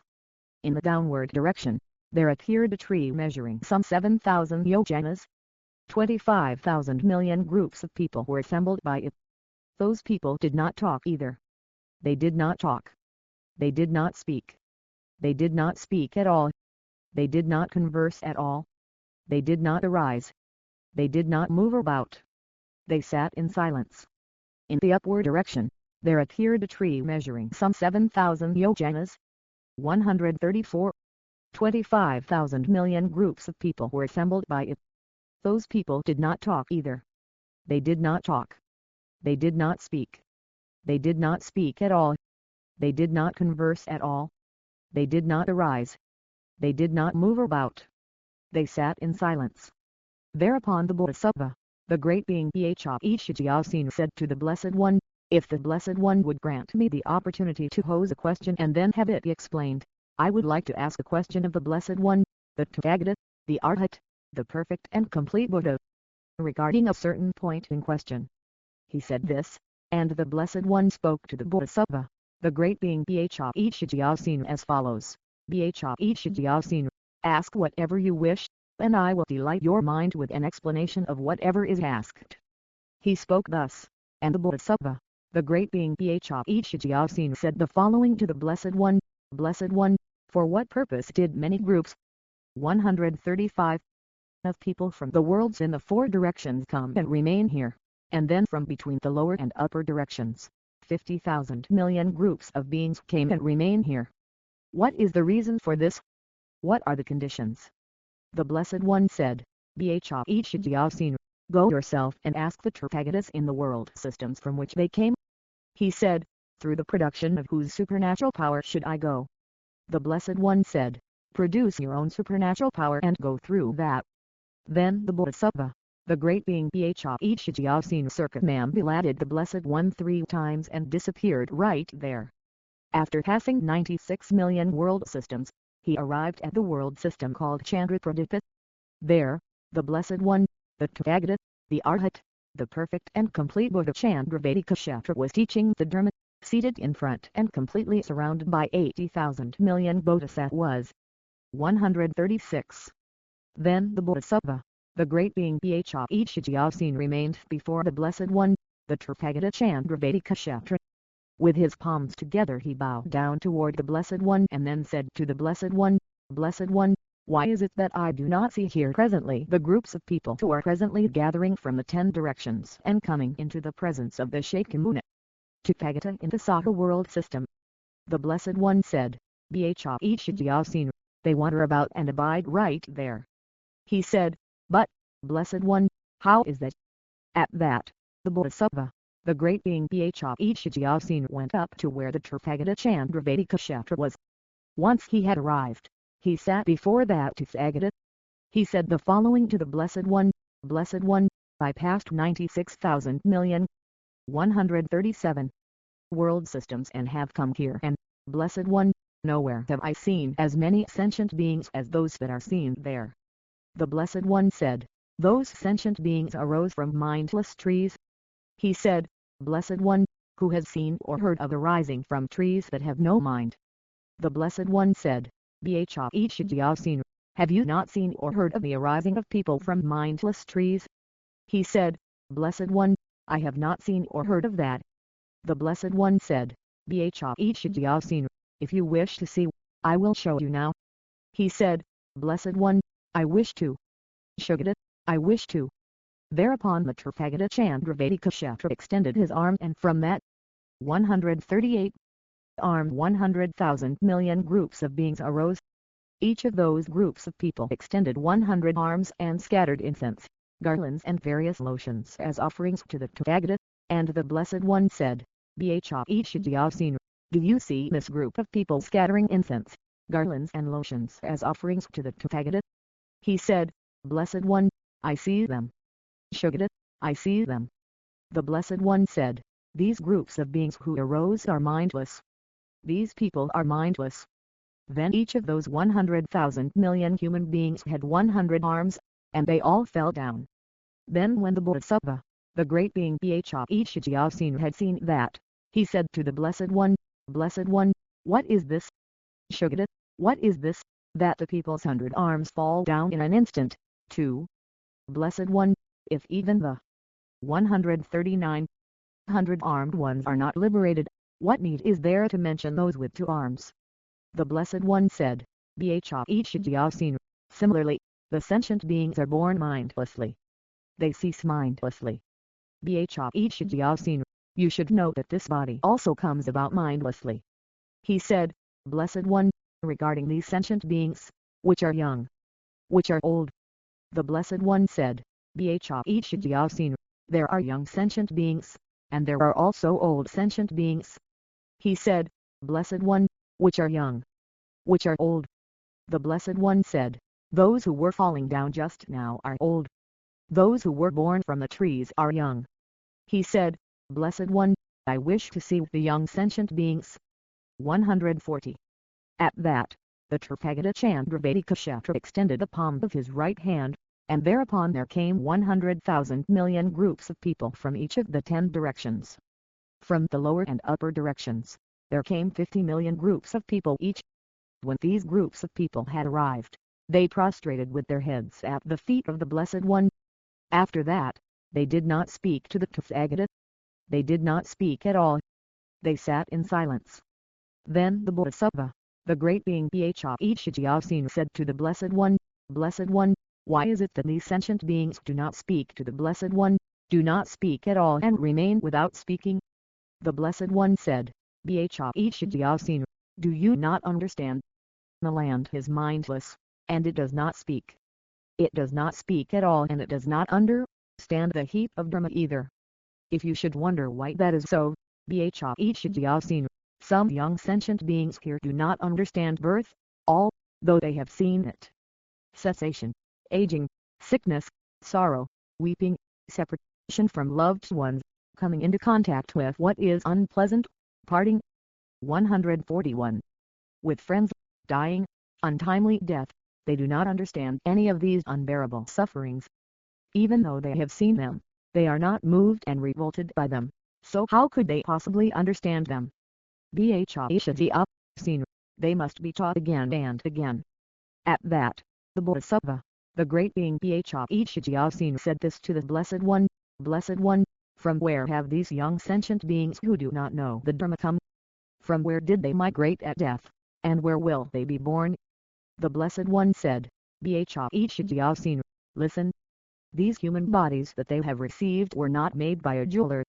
They were not made by a coppersmith. They were not made by a carpenter. They were not made by a potter.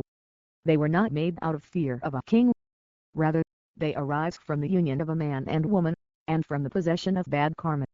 Those sentient beings too are taught a trade again and again, and because of that, endless, unbearable sufferings and unbearable feelings arise.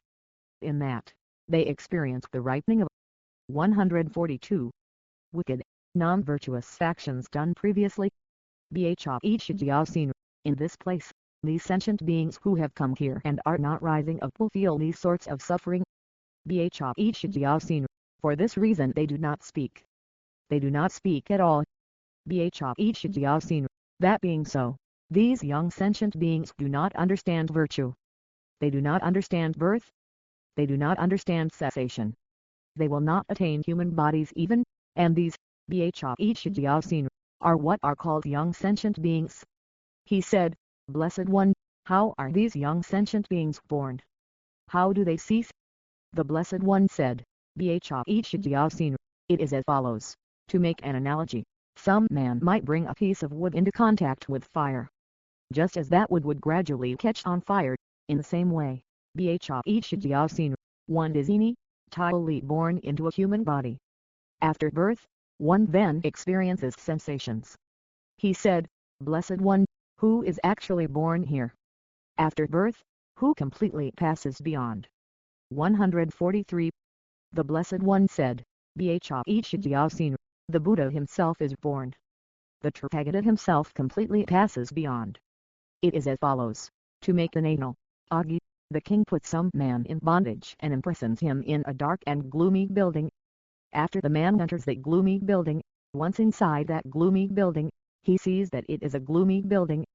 Then another man who has previously been affected by some experience of suffering sees this and thinks, this man is ill-suited for this.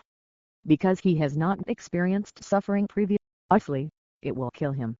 Reflecting on this, he took fire and went there and left a slight bit of fire behind in that house. The man who had been put in that jail saw the fire, and when he saw it, he was consoled and cheered up. But the fire for some reason flared up, and this blazing fire completely burnt up that house, and the man was also burnt up right there. Then, when the king heard that he had been burnt, he was displeased. He thought, from now on, no sentient being will be put in prison in my land. Thinking in this way, the king then said to the sentient beings dwelling in his 144 land, "So you sentient beings, have no fear. Do not be afraid. You should not fear. From now on, in my land, there will be no corporal punishment or imprisonment. No sentient being will be deprived of life. O sentient beings, have no fear." Just as he reassured them, so too, Bhishijyasin, the Tathagata, who has burnt up all the delusions, has entirely pacified all illness. Just as that man burned his own body through the burning of the building, and having set out for the sake of sentient beings' aims, benefit and happiness, he completely liberates sentient beings who are bound from their bondage. Likewise too the Tathagata abandoned the stains of attachment, anger, and ignorance, and having arisen in the world like a lamp for all sentient beings. He completely liberates sentient beings from the bodies of hell beings, animals, pretas and asuras, and he also completely liberates young sentient beings and old sentient beings, too. At that, these verses emerged from the space above. 145. The conqueror's field is a wondrous field, a wholesome field and well prepared. Any seed planted in it will not go to waste at all. The conqueror's field is a pure land. The teachings of the Buddha are praised. In order to embrace all beings, the teacher also makes the means. Though he abides in the sphere of nirvana, he appears upon the face of the earth. After perpetually pacifying the world, Buddha purifies the objects given. He liberates the young beings. He liberates the old ones, too. 146. From the three realms, gradually, he frees all beings completely. He closes the doors to the hells. He liberates animals and pretas. Having made peace in this world, he creates happiness in the next. Then the Blessed One displayed a smile and said, "It is excellent to see those who are excellent, and seeing Buddhas is excellent. The holy Dharma, the field of qualities, this also is excellent. To see the Sangha assembled is excellent. The teaching of the Sanghata is also excellent. Destroying misdeeds is excellent." 147. At that, the Bodhisattva, the great being Bhishijyasin, bowed down with his palms together toward the Blessed One and said to the Blessed One, "Blessed One, what is the reason for smiling? What are the conditions?" The Blessed One said, "Child of the lineage, do you see these young sentient beings?" He said, "Blessed One, I see them." Shugata, "I see them." The Blessed One said, "Bhishijyasin, all of them will be established on the tent grounds on this very day." Then the Bodhisattva, the great being Bhishijyasin, remains in the sky above at a height of 80,000 yojanas, and 80,000 million devas release the rain of flowers on the Blessed One. The young sentient beings to make prostrations with palms joined. Then the Bodhisattva, the great being Bhishijyasin, said these words while remaining in the sky above. He fills the galaxy of 1,000,000,000 world systems with sound. The sentient beings born in the 32 great hells hear the sound. 148. The 32 types of devas hear that sound.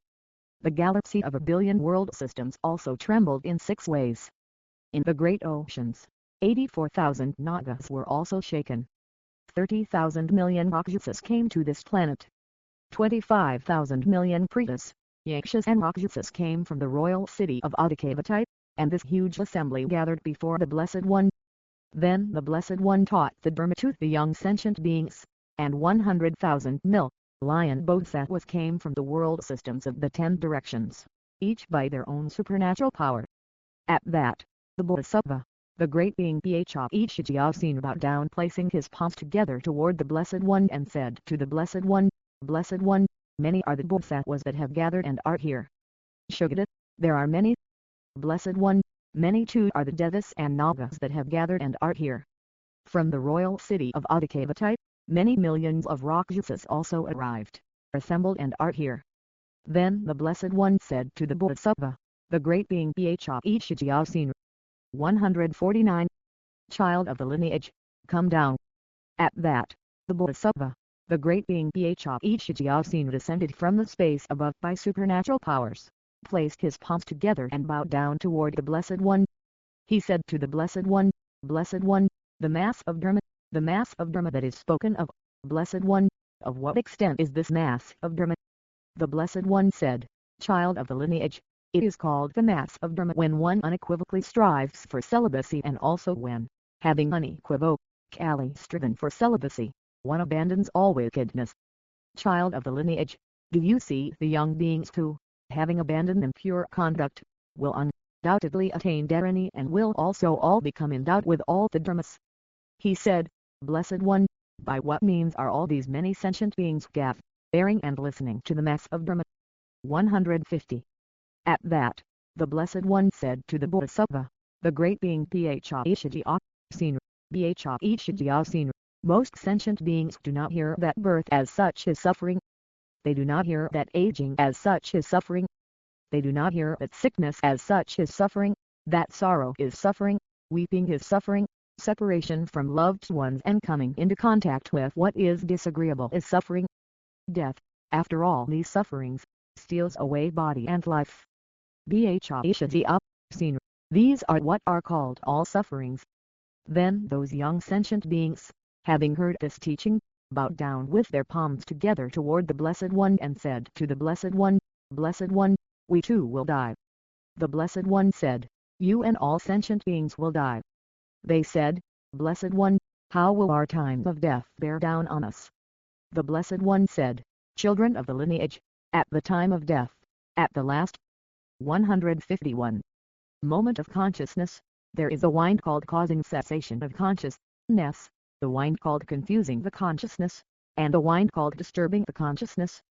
And, children of the lineage, at the time of death, in the final moment of consciousness, these three winds will stir up, they will confuse and they will cause disturbances. They said, Blessed One, what are the three winds that destroy the body at the time of death, when the consciousness ceases? The Blessed One said, friends, weapon, compelling and injuring cause the destruction of the body. They said, Blessed One, what sort of thing is this that is called the body? The Blessed One said, friends, it is also called completely ablaze, burnt, mucus, belching, cremation ground, vile mind, a heavy burden, tortured by birth, violently shaken by birth, tormenting one's life force, and causing 152. Death and separation from loved ones. Friends, these are what is called the body. They said, Blessed One, how does one die? How does one live on? The Blessed One said, friends, what is called consciousness dies. Long-lived ones, what is called merit lives on.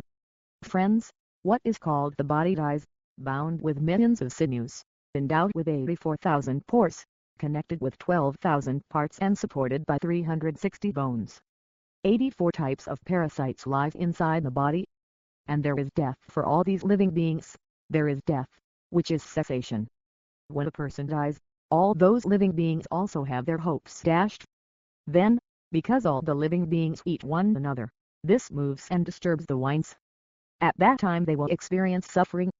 Some will grieve for their sons. Some will grieve for their daughters. Some will grieve for their companions.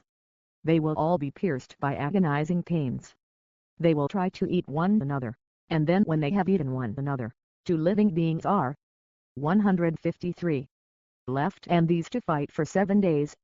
After 7 days have passed, one living being is destroyed. The other is freed. Long-lived ones, if you should wonder what it is that is called dharma, what do you think? Just as these living beings clashed with one another and then died, in the same way, childish ordinary individuals also clash with one another. They are not frightened by birth. They are not frightened by aging. They are not frightened by sickness. They are not frightened by death. Just as the two living beings fought, so too do childish ordinary individuals fight one another. Then, at the time of death, virtuous people say to them, Person, in what are you trusting? Have you not seen even the slightest shortcomings? Have you not seen the shortcomings of birth? Have you not seen the shortcomings of aging and sickness? Have you not seen the shortcomings of death? They said, Long-lived one, we have seen the shortcomings of birth, and we have seen the shortcomings of aging and sickness. We have seen the shortcomings of death too, at the end of it all. 154. They said, why did you not engage in activities to create roots of virtue? Why did you not create the roots of virtue of the mass of Dharma that increases happiness in both worlds? Friends, I ask a second time, why did you not create the collection of virtue that would emancipate you completely from birth and death? Why did you not make any investigation as to where you should seek or correctly direct your attention? How did you not hear the sound of the beating of the gong on the earth? Have you not seen the sowing of seeds in the field of the Tathagata and the giving of incense, garlands and lamps? Have you not seen as well the offering of food and drink to the Tathagata, or the contentment of the four groups of followers, bhikshus, bhikshunis, male holders of lay precepts and female holders of lay precepts, these four groups of followers who are fully devoted to the teachings? They would speak like that to him and make accusations in order to benefit him, and your majesty, you did not do even the slightest thing. Man, after coming to this planet Earth, you have committed non-virtuous actions. 155. At that time the Dharma king granted teachings to the dead person in verses. You have seen the Tathagata arise and heard the beating of the gong. You have heard the teaching of Dharma that goes to the peace of Nirvana. Nevertheless, you did not act. At that, the man spoke in reply, I was of a childish mind, coming under the sway of wicked friends. With a mind befuddled by desire, I committed wicked acts. I followed my desires as well, and took the lives of living beings. 156. I wasted even what belongs to the Sangha. Unbearable is the fruit that comes from that. With a mind that would do harm, I caused the destruction of stupas. I uttered two abusive words, even my mother, I tormented. Of what I did with my body the shortcomings I recognize. In the great hell lamenting, extremely unbearable rebirths I see. I will feel the sensations of crushing hell. Likewise I will experience sensations in the extremely hot hell, and an unbearable Mahavasi. 157. Split open in great lotus hell, and as a hell being, into these sufferings, in the greatly fearsome marked with black lines, I will be born 100 times. After they are killed, hell beings again will see those frightful things. Over and over, they will fall 100 yojanas into great dangers and they will not find any way out. Later, they will plunge into darkness. In the hell that bears the name razor, 1,000 razors will arise. They will be born in front of razors, in the hundreds of thousands of millions. 158. Due to faulty deeds I have done, my body will be sliced by them. The body will be destroyed completely by unbearable great and churning winds. Continually in hells like these I will experience suffering. All these beings will see me, my body in tremendous pain. I took away others' wealth, as well, in order to sustain my household. O my sons and my daughters, brothers and sisters, similarly, father, mother likewise too, many friends and relatives, and servants and laborers. 159. And cattle, livestock and assistants, I went astray toward aims that were bad. For vessels of gold and silver, and likewise for soft, fine garments, and setting out to make a home, through all of these, I went astray. A very splendid house I built, with men and women, lounging about. I went astray through the lute and cymbal, my uncontrolled mind filled with delight. Though my body was washed in scented waters, even now it still lacks gratitude. Body, you are mindless, but for your sake I went astray. 160. In the future, not one soul being will become my protector, when a great and churning wind unbearably ravishes my body. Likewise I ate exquisite tasty foods, savoring variety with my tongue. Around my head were bound extremely many well-made garlands, lovely ones. By beauty my eyes were led astray. There is no protection for the eyes. The eyes are the cause of those misdeeds I committed after I had seen. My ears are the cause for which hands were torn and cut by diamonds. 161. On both my arms were fastened bracelets. Rings were placed upon my fingers. About my throat were strands of pearls. Even both legs were heavily adorned. Chain anklets were fashioned for them, and on them to their rested gold. My body had diverse gems upon it, and likewise too were bands of gold. Amusing myself with my great wealth, my mind became extremely attached. Once I had touched very smooth things, with strong craving, I kept them close. I also placed my body atop a variety of carpets and beddings. 162. After bathing in excellent fragrant waters, I anointed my body with fragrance. I scented the air with incense of divine camphor and sandalwood. I beautified my complexion. I daubed myself lavishly with musk. After anointing myself with scented antique oils, and jasmine and champaca flowers, I clothed myself in garments of fine, white Benares muslin. After coming down from the back of an elephant, I mounted atop the back of a horse. I thought of myself as a king. People scurried in front of me. 163. I was excessively familiar with female attendants who were highly trained in song and dance. Wild animals who had done no harm, with arrows I struck and killed. Because I did not know of future lives, I committed wicked acts like these. I ate the flesh of other beings, and thus this suffering of mine will become unbearable. But I did not understand death. I was of a childish mind, and so I nourished my body. Now that death has come to me today, I have no one at all as a protector. 164. All you friends and relatives, why do you look into my face? For what do you wear tattered mourning clothes? For what do you weep and lament out loud? For what do you loosen and dishevel your hair? For what do you draw blood in grief? For what do you scatter dust about the head? For what do you beat your breast? During my lifetime I ought to have abandoned wickedness. Why are you in anguish? My body has become the food of jackals, dogs, crows and birds. It is of no use to nourish this body. 165. It is the property of the serpent of death, and thus the person will continually be born. The medicine that frees one from this fear, that is the sort of medicine to take. The medicine that the doctors gave, that is not of use to me. Give me now, at my dying time, the medicine of Dharma that sets one free from the serpent of the delusions. Do not give flesh to me. Though this body has been nurtured so, it will be destroyed, inevitably. Since it bestows suffering, why take up this heap of wickedness? 166. This body, though tended with great care, will engage in vicious acts. Son and daughter, for what reason do you gaze upon me with your eyes? Protect me from this illness. O my son and my daughter, why do you weep pointlessly? Do nothing unworthy for my sake. In order to support you, I even plundered others' wealth. Now that my death time has arrived, it is hopeless. What to do? I am terrified of birth and lower realms. I am completely crushed by dying as well.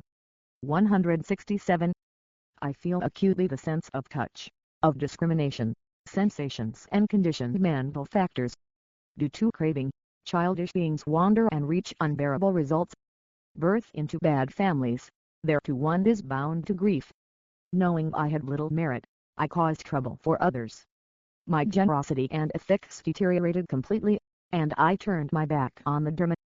Because I did not understand rebirth, I was deluded by the serpent of delusion.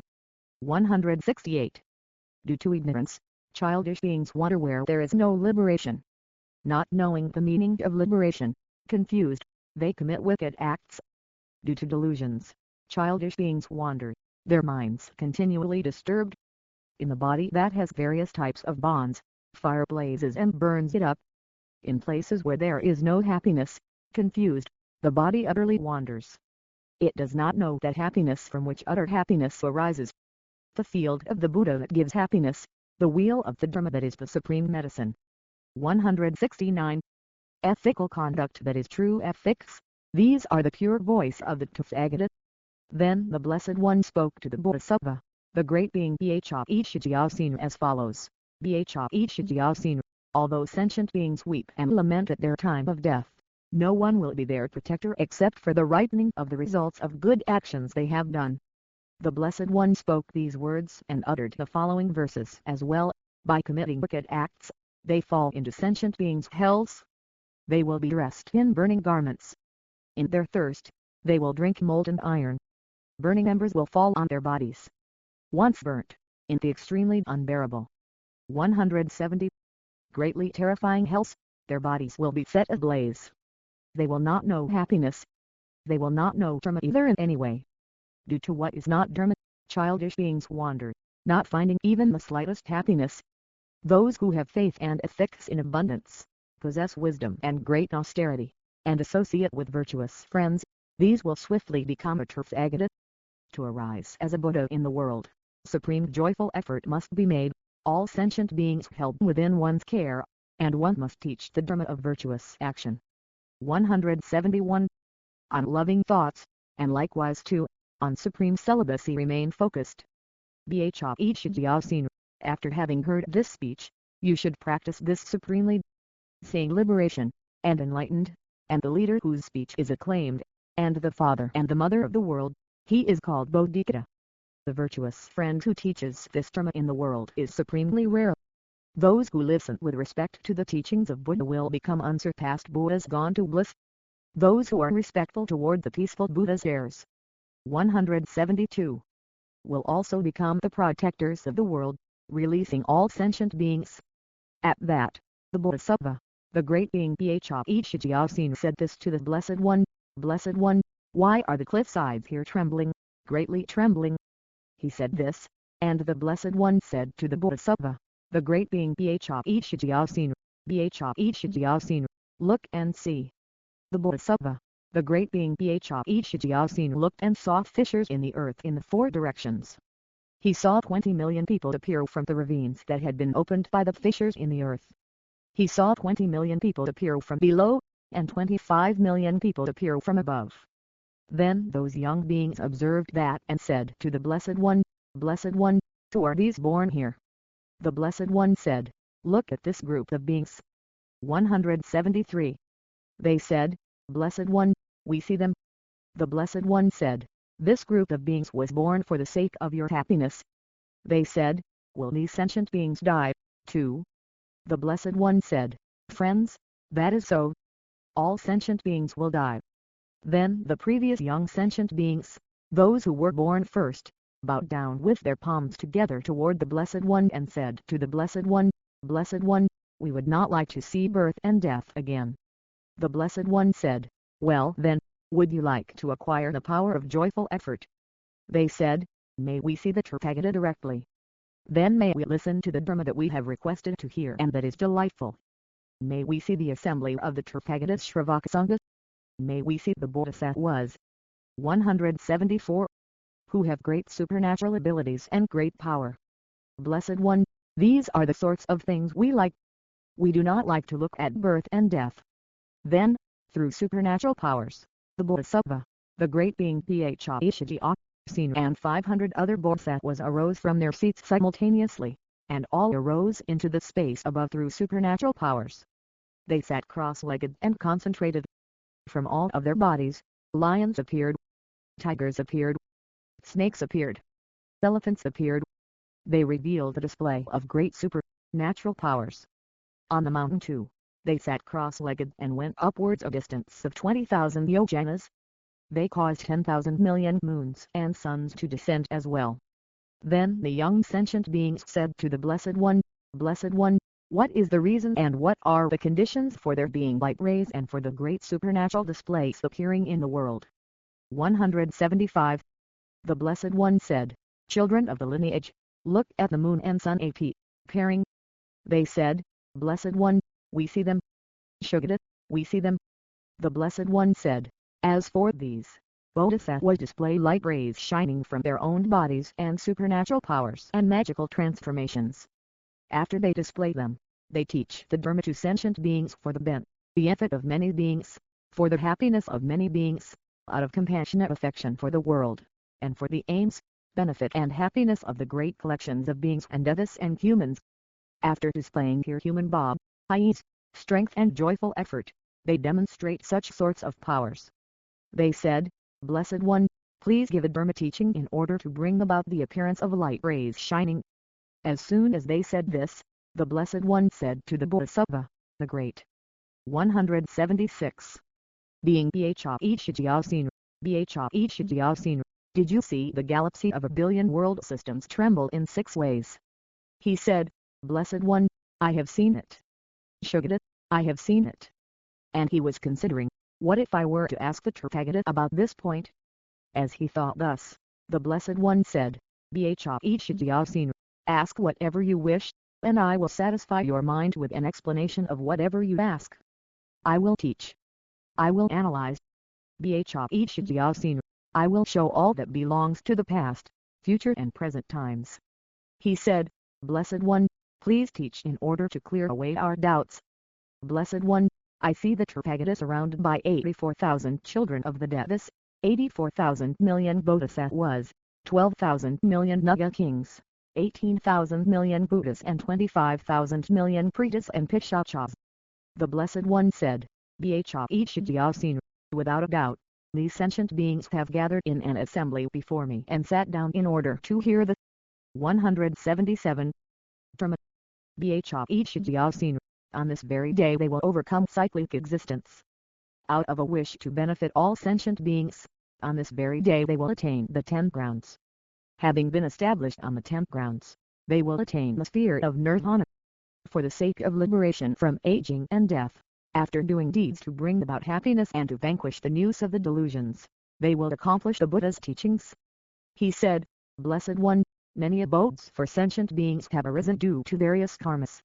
Why do they remain surrounding the Blessed One? The Blessed One said, Bhikshukyasin, listen. Sentient beings, who are confused and do not know, how could they become free? 178. These many young sentient beings today will attain dharmas. In order to attain the 10 grounds, they will come to fully know all dharmas, and they will attain those 10 grounds. They will perform the activities of a Buddha. They will turn the wheel of the Dharma. They will release the reign of Dharma.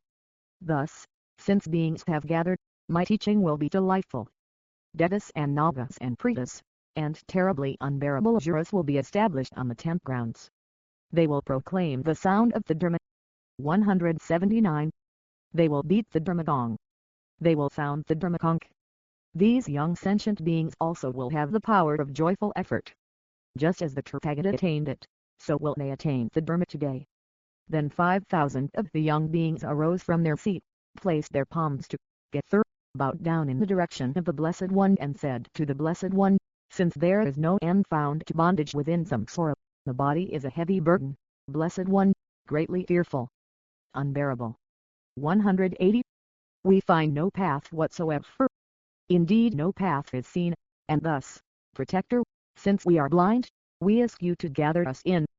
To you, the hero, we make requests. May that guide teach the Dharma. We were born with little wisdom and find no happiness at all. Please do teach the Dharma to us. From unbearable suffering, set us free. Wherever it is that we are born, may we see a Buddha there. Then the Bodhisattva, the great being Bhikshukyasin, went to where the young beings were and said the following. 181. Have something to eat. Have some wonderful tasting drinks. Later when your fear has gone, listen to the Dharma fearlessly.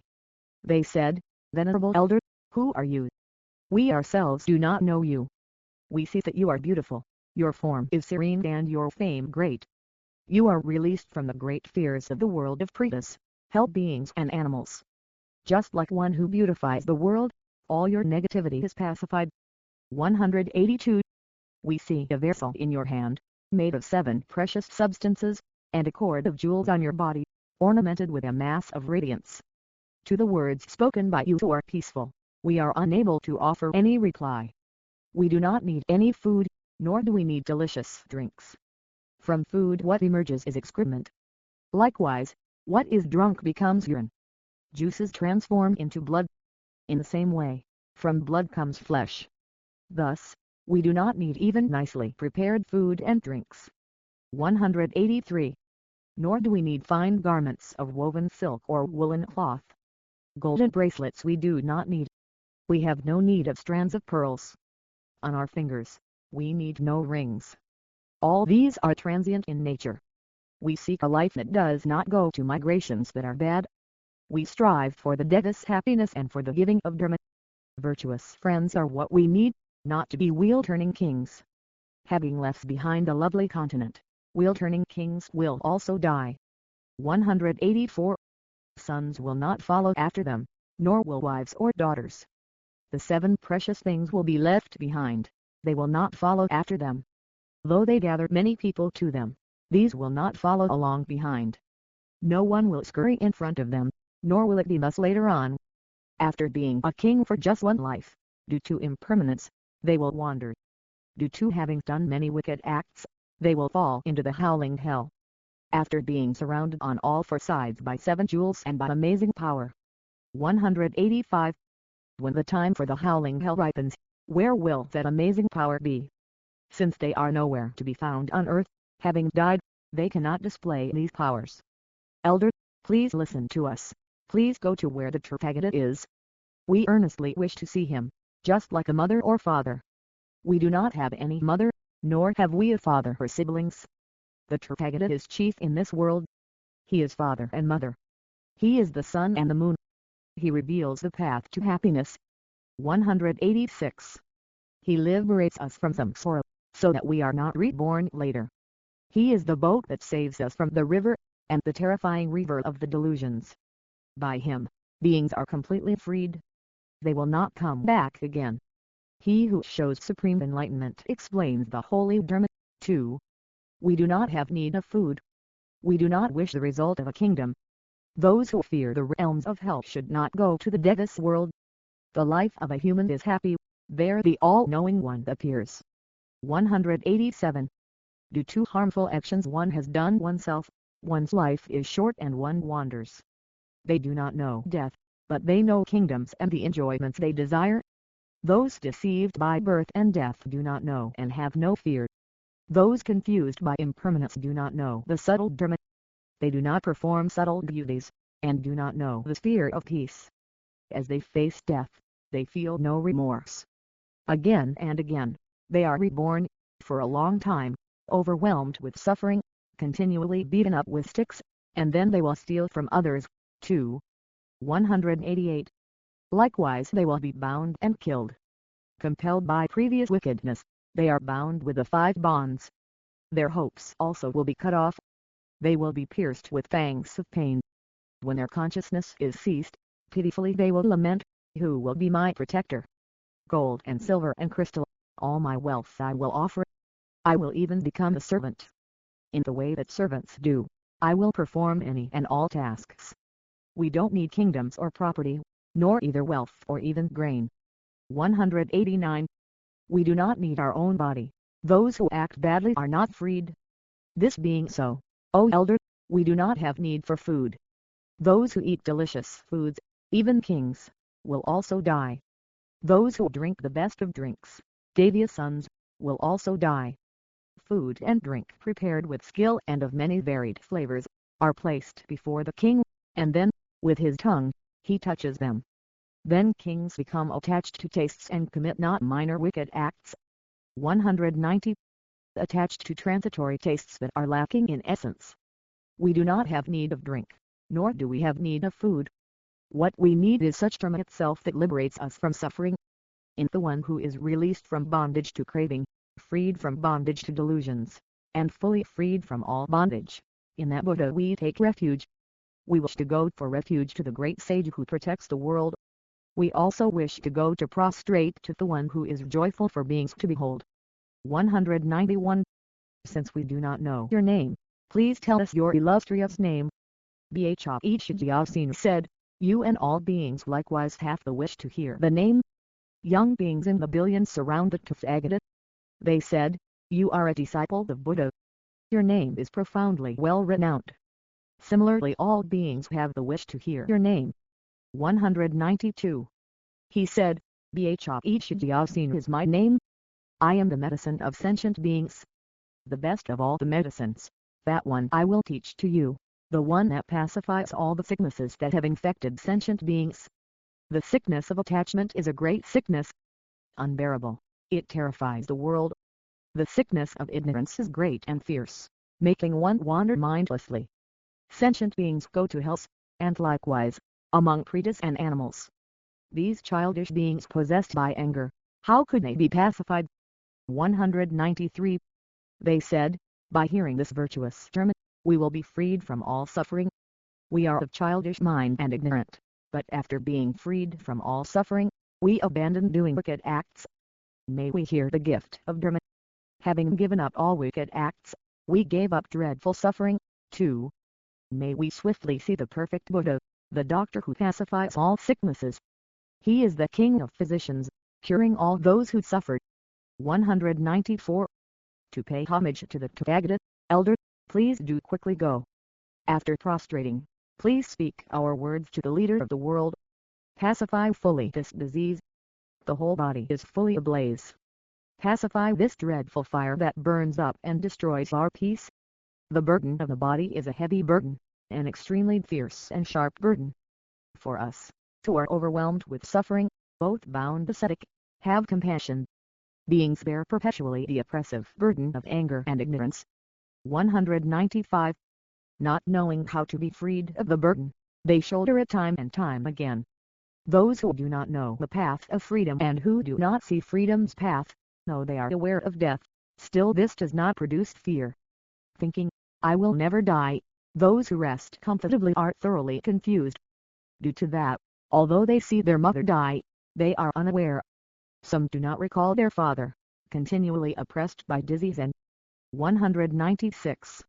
Disturbed by delusions and karma. How in this case are we to eat?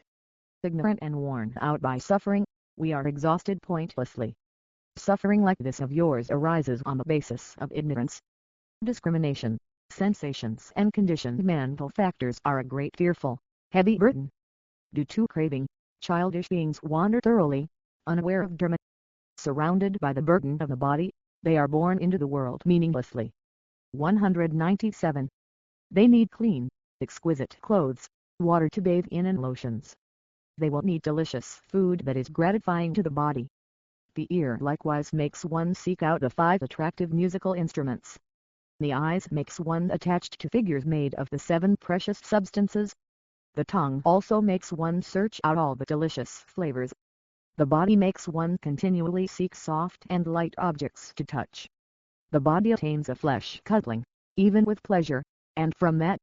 198. This mindless body is produced. Who would find pleasure in that? In wearing very fine footwear, therein my feet do find pleasure. Yet when it comes the time to die, these clothes and lotions offer no protection. Since even the body is no protection, no need to speak of clothes and lotion. What is called human is the body. It will attain breath and great strength, the power to listen and analyze. In that, this body has great qualities. Formerly I aroused and roamed always accompanied by horses and elephants. 199. Since I did not know the Dharma that liberates, how attached I was to wicked acts.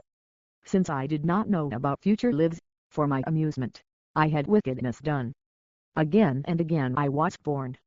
Again and again death came to me. Again and again I saw sorrow, thoroughly bound by lamentation. I saw also my mother's deaths. I saw the deaths of my fathers, of companions, sisters, children, wives. Since all that is compounded is empty, what being with a mind would be attached? 200. But with my mind captive to desire, I thought them to be reliable. I did not observe the peaceful Dharma. There is no joy whatsoever in death. Due to a mind obscured by desire, I did not make offerings. Thus desire is without equal in wickedness, and still it has not been turned away. Mistaken fully, we were born. Beings are endlessly mistaken. Mistaken fully, we hear sounds, holding on to what is not the holy Dharma. We seek liberation and meditation. We will not carry the burden of the body. 201. May we become the chief of beings, Buddhas, teachers, for the sake of the world. A Buddha is mother and father of the world. A Buddha who reveals the path causes a rain of jewels to fall everywhere upon the earth. Foolish beings do not know of what sort the Dharma collection is. One who dedicates their mind to enlightenment will actualize the Dharma collection. All that is compounded is empty. Empty too are riches and wealth. When one sees as empty even oneself, at that point, one has no hopes. 202. Elder, Bhshin, please listen to these words of ours. For the sake of the Bodhisattvas, we ask you to go as a messenger. Recalling all the faults of samsara, Bodhisattvas are not fatigued. Endowed with effort and great austerity, They will collect all good qualities. Please go to where the teacher is, the teacher fully awakened into happiness, the conqueror who is not even slightly tired.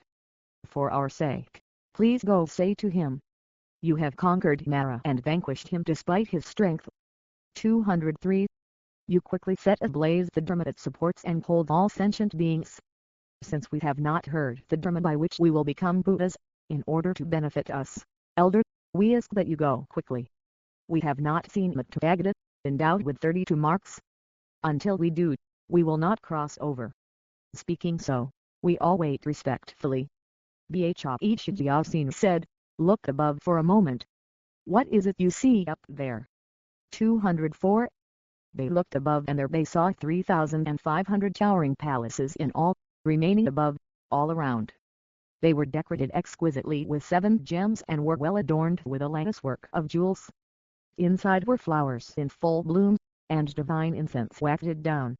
At that, they questioned the elder, what is this apparition here of towering palaces, with jeweled latticework and lotus filaments all throughout? 205. Bhajyasin said, these places are for you. Go so that you may see the Buddha.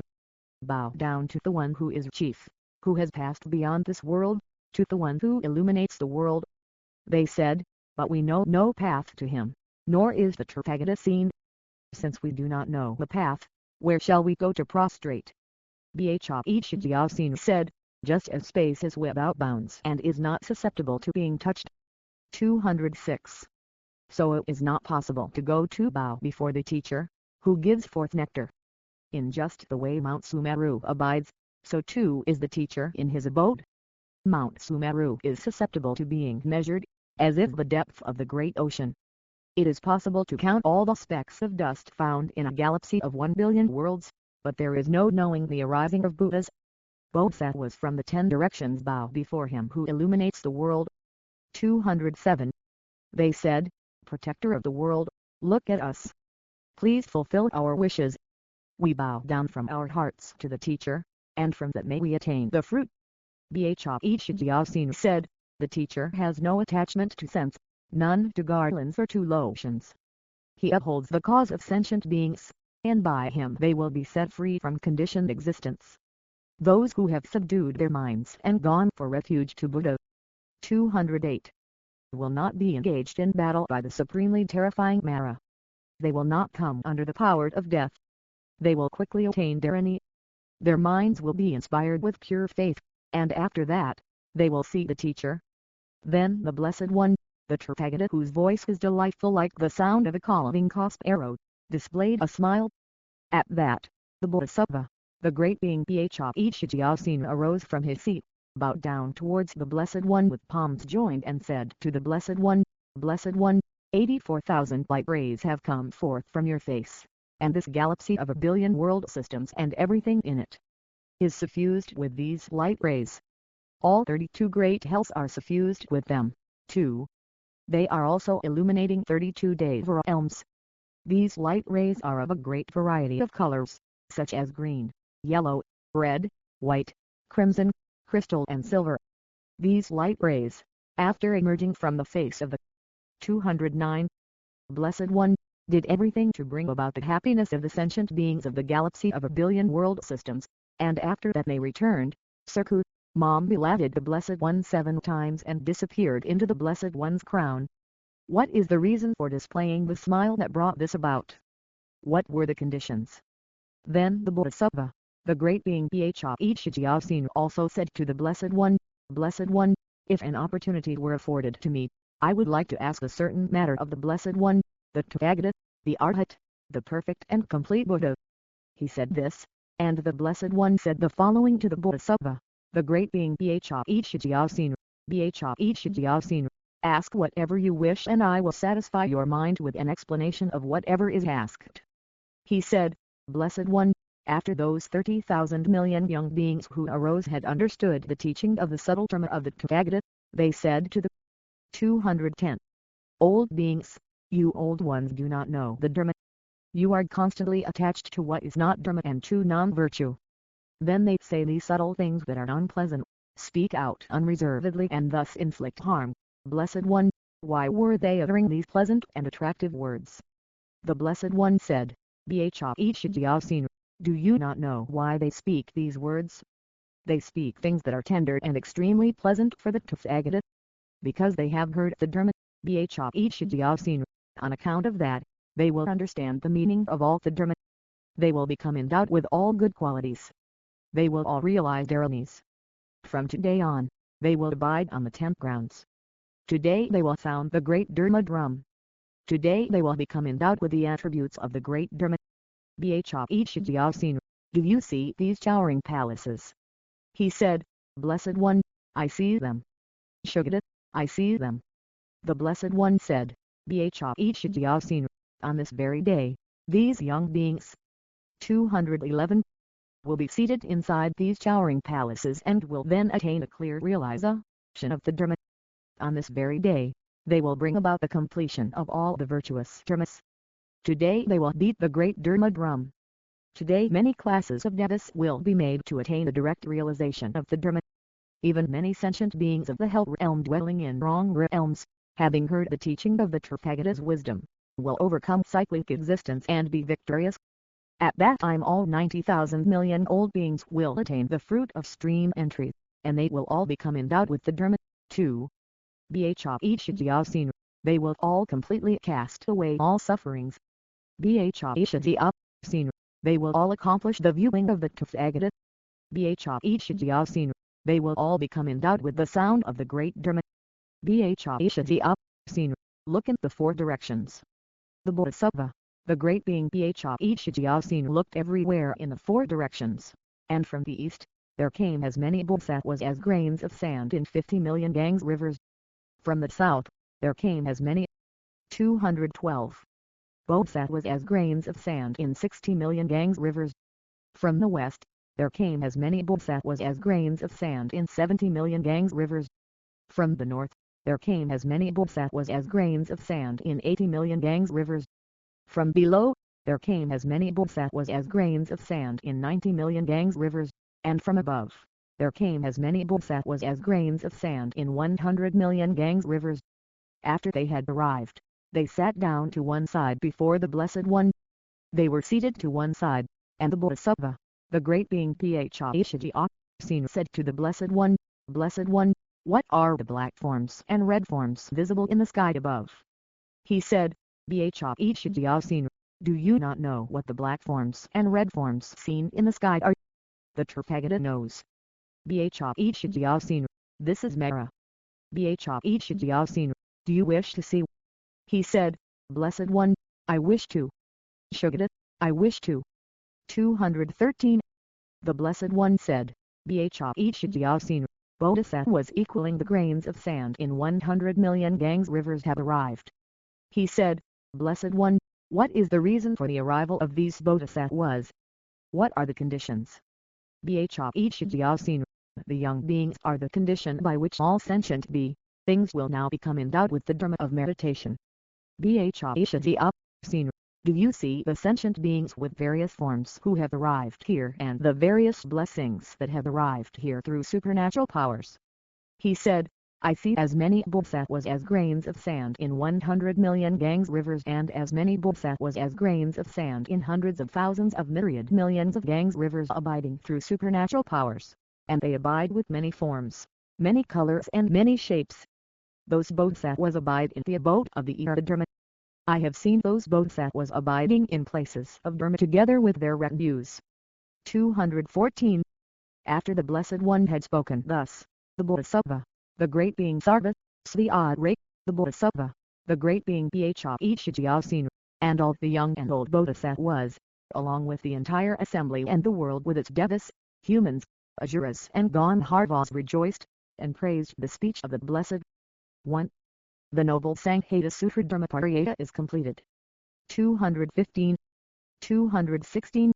Original colophon, translated and edited by the Indian master Jinamitra and Danashila and the chief editor Lotsa Wakanda HD, and established after correcting with new language.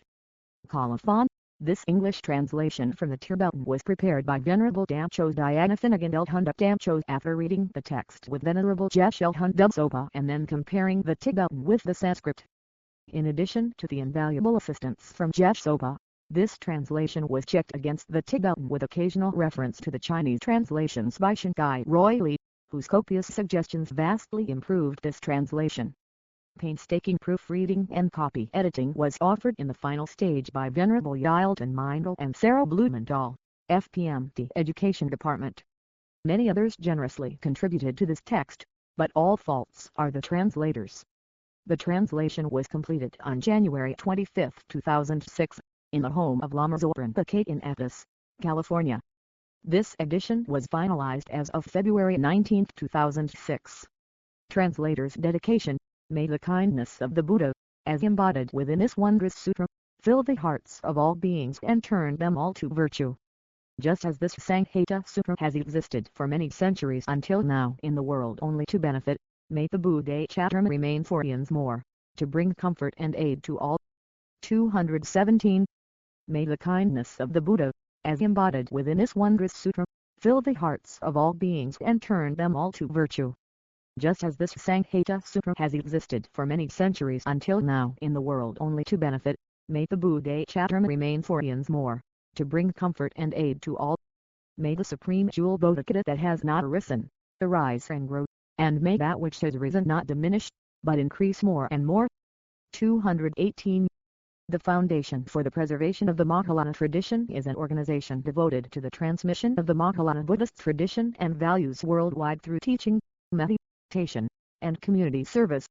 We provide integrated education through which people's minds and hearts can be transformed into their highest potential for the benefit of others, inspired by an attitude of universal responsibility. We are committed to creating harmonious environments and helping all beings develop their full potential of infinite wisdom and compassion. Our organization is based on the Buddhist tradition of Lama Tsongkhapa of Tibet, as taught by our founder, Lama Thubten, and spiritual director, Lama Zoran Pakai. FPM The International Office 1632 Southeast 11th Avenue Portland, Oregon 97214 Area Code 503808158 www.fpmt.org Foundation for the Preservation of the Mahayana Tradition. 219. FPMT Education Department. The aim of the Education Department at FPM the International Office is to serve the needs of Dharma centers and individuals in the area of Tibetan Buddhist educational and spiritual materials. This includes prayers and practice texts, retreat sadhanas and other practice materials, the variety of study texts and translations, the images for meditation, and curricular materials for study programs in FPMT Dharma centers. One of our principal objectives is to serve as a repository for a wide variety of practice texts primarily within the Gelug tradition, especially those authored or translated by Lama Zoran Pakai and Lama Thubten. We work in close collaboration with the Lama Ish Wisdom Archive, Boston, Massachusetts, which serves as a repository for the commentaries and transcripts of teachings by Lama Zoran Pakai and Lama Ish. Education Department FPM The International Office 1632 Southeast 11th Avenue Portland, Oregon 97214 Area Code 503808158 Education.fpmt.org www.fpmt.org 220. Foundation for the Preservation of the Mahayana Tradition Education Department.